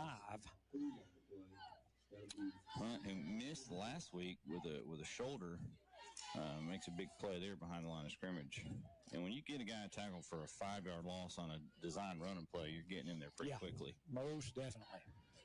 So now all the way back on the Stuart Kramer side of the 50, 3 receivers right, and rolling right is Phillips. Now he'll turn it up and run, and he's going to reverse field and run to the other side. He's got some room on the other side of the field, and up from the secondary to make the tackle is going to be Calvin Ramseur. That was, again, a really nice run by the quarterback, Phillips. He was in a lot of danger and made 2 really good moves and picked up some yardage. Picked up about 10 or 11 yards. Yeah, it depends on the mark. They're going to say it's 11, so it's going to be 3rd and 14. But, he got out of a bad situation and made something of it. So he gets 11. And now a more manageable 3rd down, 3rd and 14, and it may even be 4-down territory on the Shelby 40 with 1:40 to go in the first half. Phillips with McCorkle beside him is in the shotgun. Receivers right and left, the tight end, and he's going to throw it, and he's going to have single coverage to number 7, and he's going to jump over the Shelby defense and make the catch. I'll tell you what, and the thing, you can't coach height, and number 7 is 6'2", 204 pounds, and he just threw a jump ball. He went up and got it. Yeah, he went up and got it, indeed. And it was great coverage, but he just got it. 21-yard catch, and there was nothing to it. It was just a jump ball to my guy that's 4 inches taller, and now a flag comes out from the Shelby sideline. This may be an unsportsmanlike on the Golden Lions. And if it is, that's going to mark it all the way down. I don't know if that's half the distance. But the ball's on the Shelby 19, unsportsmanlike on the Golden Lions. And that could mark it all the way inside the 10-yard line. 1:24 to go, and Stuart Kramer gets the second half kickoff. So that does it. They mark off 10 yards, and it's going to be first and goal from the Shelby 9. First and goal from the Shelby 9. That's another 10-yard penalty on the Golden Lions, and the penalties are piling up. Now they're going back to the heavy formation that worked so much on that 7-minute plus drive. And the ball's on the ground. I think it's going to be recovered by Stuart Kramer. Phillips tried to hand it to McCorkle, and they didn't mesh right there, and that's going to be a 5-yard loss back to the 14. 1:05 clock running, still left in this first half. But boy, the mood has changed, hasn't it? Oh, yeah. I mean, it was 22-0, and Shelby was cruising. Yeah, I mean, it's 209-14 in total yards, and we were sitting there going, gosh, we're going to get a running clock and be home early. Now, Stuart Kramer's threatening to tie it or get within one and then get the ball back to start the second half. So how much things can change really quickly. Second down and goal from the 14. And under center's Phillips again. He has trouble getting it. He's going to roll left, and he's going to run it. He's going to lose another yard or two. Yeah, on the bottom of that pile is 18 Grady Nodine. So he made the initial hit. He was helped by Julius Brooks and Landon Hollifield. But that's going to almost lose 2 yards. They've got 2 timeouts left, and the clock is down to 13 seconds. I don't understand, Brent. And now it's down to 9 seconds. They took their timeout with 9 seconds left. It's third and goal. Yeah. We can take a timeout there, Brent. And we'll take it. It's going to be third and goal from the 16 when we come back. Planning a funeral service can be a very difficult process for families who have just lost a loved one. Celebrating lives and healing grieving hearts is the theme for the Stamey Tysinger Funeral Home and Cremation Center in Falston. It's important to them to provide those who are grieving with a supportive environment in which they can begin to find closure, say goodbye, and come to terms with their loss. Find out more today. Visit. And Coach Ponder seems to think that we're going to be able to get this game in some way, shape, or form. And, you just got to get, I would say you got to get to halftime. And if you get to halftime, there's no way you're coming back. You're probably going to just say, okay, let's just go on to next week and not worry about this one. At least I would think. My concern is, player safety. Obviously, more than just the field being wet, but they've been sitting for over an hour. It takes a lot to get them in game-ready shape, stretching and all that stuff. So maybe guys our age, guys their age will probably be better. It would be easier for them for sure, but they still got to have a little time to get loose. Get loose. All right, so they have West Lincoln has Cherryville next week, and then they go to Stewart. Then they have Stuart Kramer and Highland Tech. They go to East Gaston, and they finish up with Lincolnton. So Burns, they have a much tougher test as they have to go to Stuart Kramer. Goal from the 14, and here comes Arms. Coming up at halftime, we're going to have our Gardner-Webb University Stadium halftime show. Coach Wilbanks is wondering, he's got a definite issue with something. I think he's trying to say, was the ball spotted correctly? I mean, he was out on the numbers trying to get an official's attention.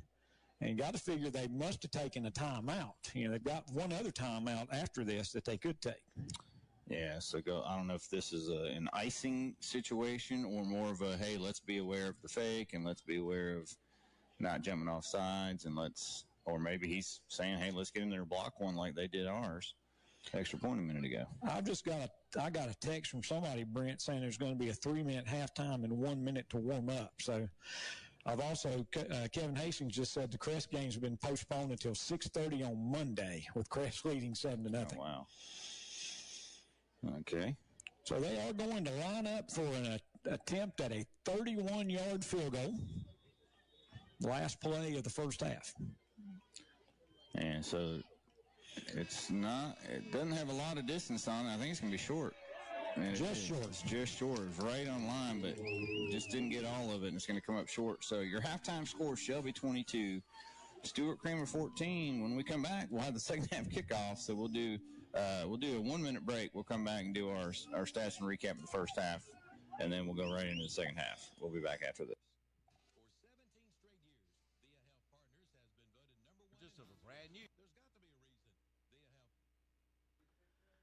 All right, folks. We're going to get our picture in a minute. Not yet. We got to get that picture in a minute. We're going to wrap up the show here about 9:45, folks, and we're going to get live back. The post-game show starts about 10, so we're going to finish up here in a few minutes. I'm going to let Chip read some scores and update you guys. I'm going to take pictures of Will and take some care of other things. Shelby is just got started there at halftime now. Shelby leads 22-14. They're going to take a 3-minute halftime break and a 1 minute warm-up and then just restart playing here in a second. So they're not going to take a real halftime. Then Crest and Farsview has been postponed to Monday. It is 7-0 Crest in the second quarter, I think is what he said. Let me make sure I got that right. Just curious, who does Crest play next week? I'm looking it up. Right there. Oh, thank you. Let's see. 7-0 Crest. He didn't say how much time was left in the game. I don't think. Let me make sure. No. Dang it. He didn't tell me that. Oh. detail. So this might have, I don't know. You tell me about the ramifications of playing a football game on a Monday following up with another game on Friday. Would that, because they only play South Point next Friday. Now that it is at Crest, it's at home. So now I would say it don't matter. It does matter on the South Point because you got to get to practice in on, because you've got to. It's called assignment football. Yep. And for the folks that don't know, it's basically man to man like basketball, where they're gonna whether they hand the ball off, Chip, to the fullback or not, the middle linebacker's job is to hit that fullback every play. Yeah. So when you're playing other offenses, that middle linebacker's job is not to hit somebody like that every play. Yeah. So, but when you play that option and your job is to do that, it's hard to commit to, no matter what, I can't read the football. I have to go hit that fullback because I don't know if he has the ball or not. Right. And if he don't hit him when he has the ball at the line of scrimmage, he's getting 2 or 3 yards. We see some of the highlights we saw this evening. That's been their strategy for 40 years. Yeah. Now, the problem, like I said, the problem is that you got to be able to stop it. And I played Lincoln and running that in my senior year, running that offense, and I think I had like 14 tackles at halftime because that's all they did was just hand it to them. And it was just stupid. I hated it. Just bam, bam, bam, hit the fullback every play. Tell me if I'm wrong about this, but I'm just looking at kind of their Crest prep for the week. So they play the game on Monday. Tuesday's got to be a recovery day. So you only got one real good day of practice Wednesday, because Thursday you don't want to be having a hard workout the day before the game. It's who are they playing on Monday? Farsview. You might see some backups for it. I'm just saying, like, I understand what you're right. If it was anybody else, I'm not trying to blow this up. If it was any other offense besides South Point, I wouldn't worry about Crest at all for next week. But like I said, you got to practice assignment football. Your linebacker, your middle has to hit the fullback. Whoever you want hitting the pitch man, whether it's your corner, your defensive end, or your linebacker, they have to know that that's what they're going to do. So every defense is designed a little bit different. Yes, absolutely. Please jump in, Will. Yeah. Will here's the thing. Crest, South Point, Ashbrook has been on Murder's Row for the past, I don't know, at least the past 8 years. Mm-hmm. They've all been in the same conference. And look at you. I'm looking at you right now. Hey, a bet.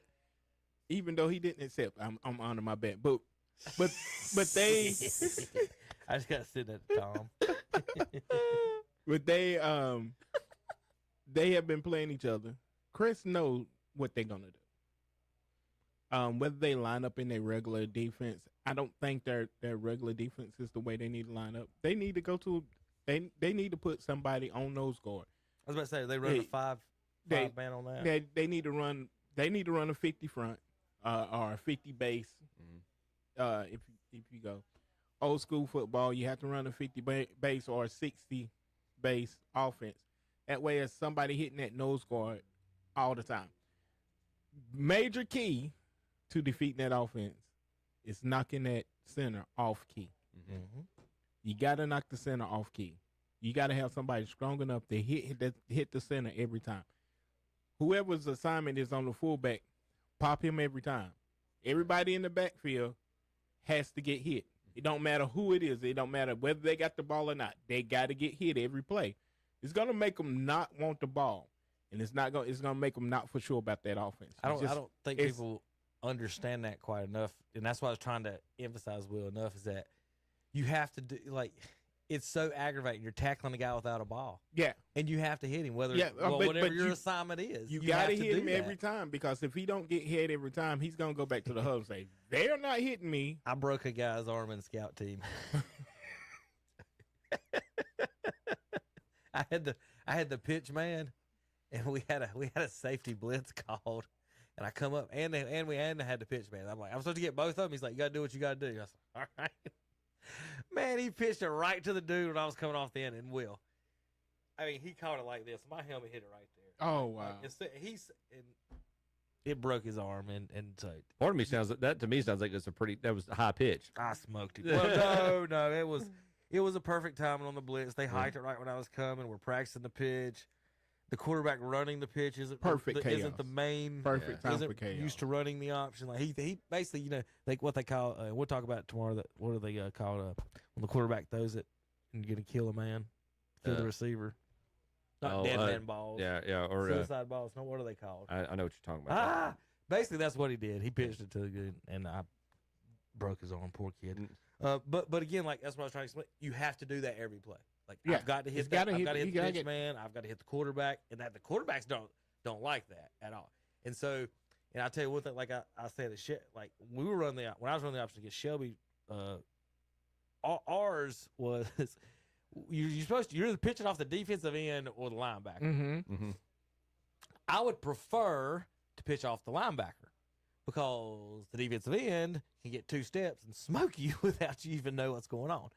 But no, at Bessemer, our design was to throw off the defensive ends. So you got hit hard a lot. I hated running off the defensive end. Your drag was, if you was reading the defensive end, every time you dragged, you was dragging to see whether he was crashing down to come in after that. Correct. Or whether he was what they call containing. Correct. Holding that outside. When I was at Cherville, we were running off the linebacker, which gave me way more time and room as a quarterback to figure something out on the pitch and stuff. But one time though we did. I'll tell you against Chevy, one of the boys will tell you that the linebacker got me good, and SB would tell. He said the only thing I saw was Kevin's hand come out of the pile and flip me the ball like that. We were running the option.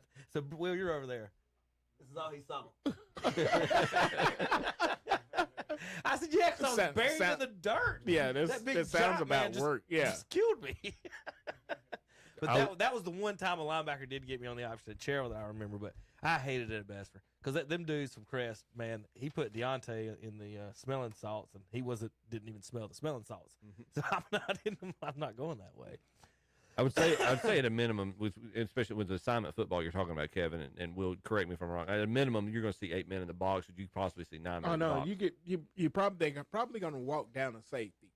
Yeah, and they're going to play their most versatile. Your problem is your safety's got to watch those tight ends, right? On that little dump pass they do, and he can't commit. That's the hardest thing is like, and you get caught sneaking sometimes because it's run. Well, you got to watch that easier. linebacker. It's easier because they don't run the 12 man. They don't have the 2. They have a tight end, and then they have a receiver off to the same side. Yeah. So the flankers on the same side. Yeah, okay. Same. Yeah. So it's an easier read for the DBs when they're walking down. If you walking one safety down, because you got to leave a man over the top. Yeah. You can't empty the defensive backfield. Well, I was about to say, I don't mind playing straight up man in that. Yeah. I would. I personally would, as long as you feel good about your DBs. Like you said, you don't want to. They don't do the quick passes to the tight end like a 3-yard pass. They do that little 15-yard flow. Right, 20. right. So I might be okay, to be honest, going. I'll put it this way, Will. I'm gonna walk out there man to man, and when you beat me man to man, then I'll adjust. Then I'll change something. Yeah. Because until I see you beat me, I would rather. I want the guys on that run. They offense, the way you beat their offense is put a hat on a hat. Yeah, and what you got about going up the center, I remember. I remember Burns beating South Point, and one of the things when they played them, and that you could see on the field was, remember when Burns was a petty, the big. Every time you see South Point get beat, whether it's in person or video, what you're talking about, whether it's one of those defensive linemen has to get penetration, right? Because you got to make the fullback take a step to the right, or a step to the left, so he's not just first time you hit him, he's 3 yards down the line of scrimmage.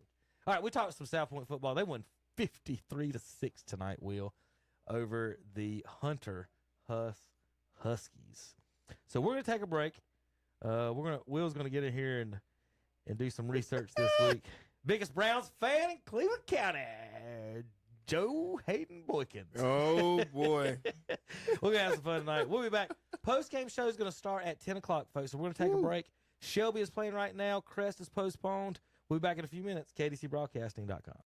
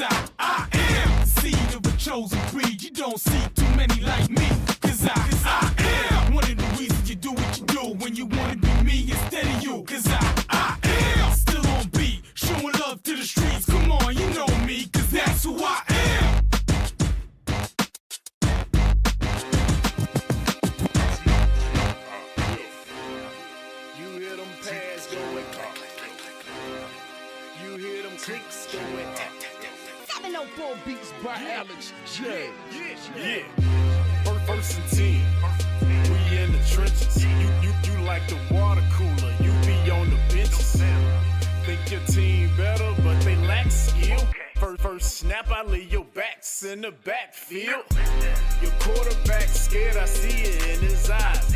Sent the receiver in motion, that's just a disguise. My linebackers, they stepping up, clog a hole, no letting up. Taking on them big blocks on 4th down with your big stops. My secondary is balling out, your offense keeps stalling out. How many yards? Like none at all. Call the special teams, don't punt the ball and it's gone.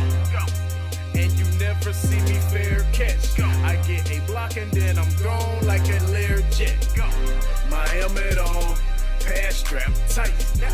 My jersey shining in them Friday night lights. Win, we just came to win. Win, we just came to win. Friday night lights. Friday night lights. Win. We just came to win. Win. We must protect this house. I'm in a huddle talking to the Hawks. We gonna run it down their throat soon as we get the ball.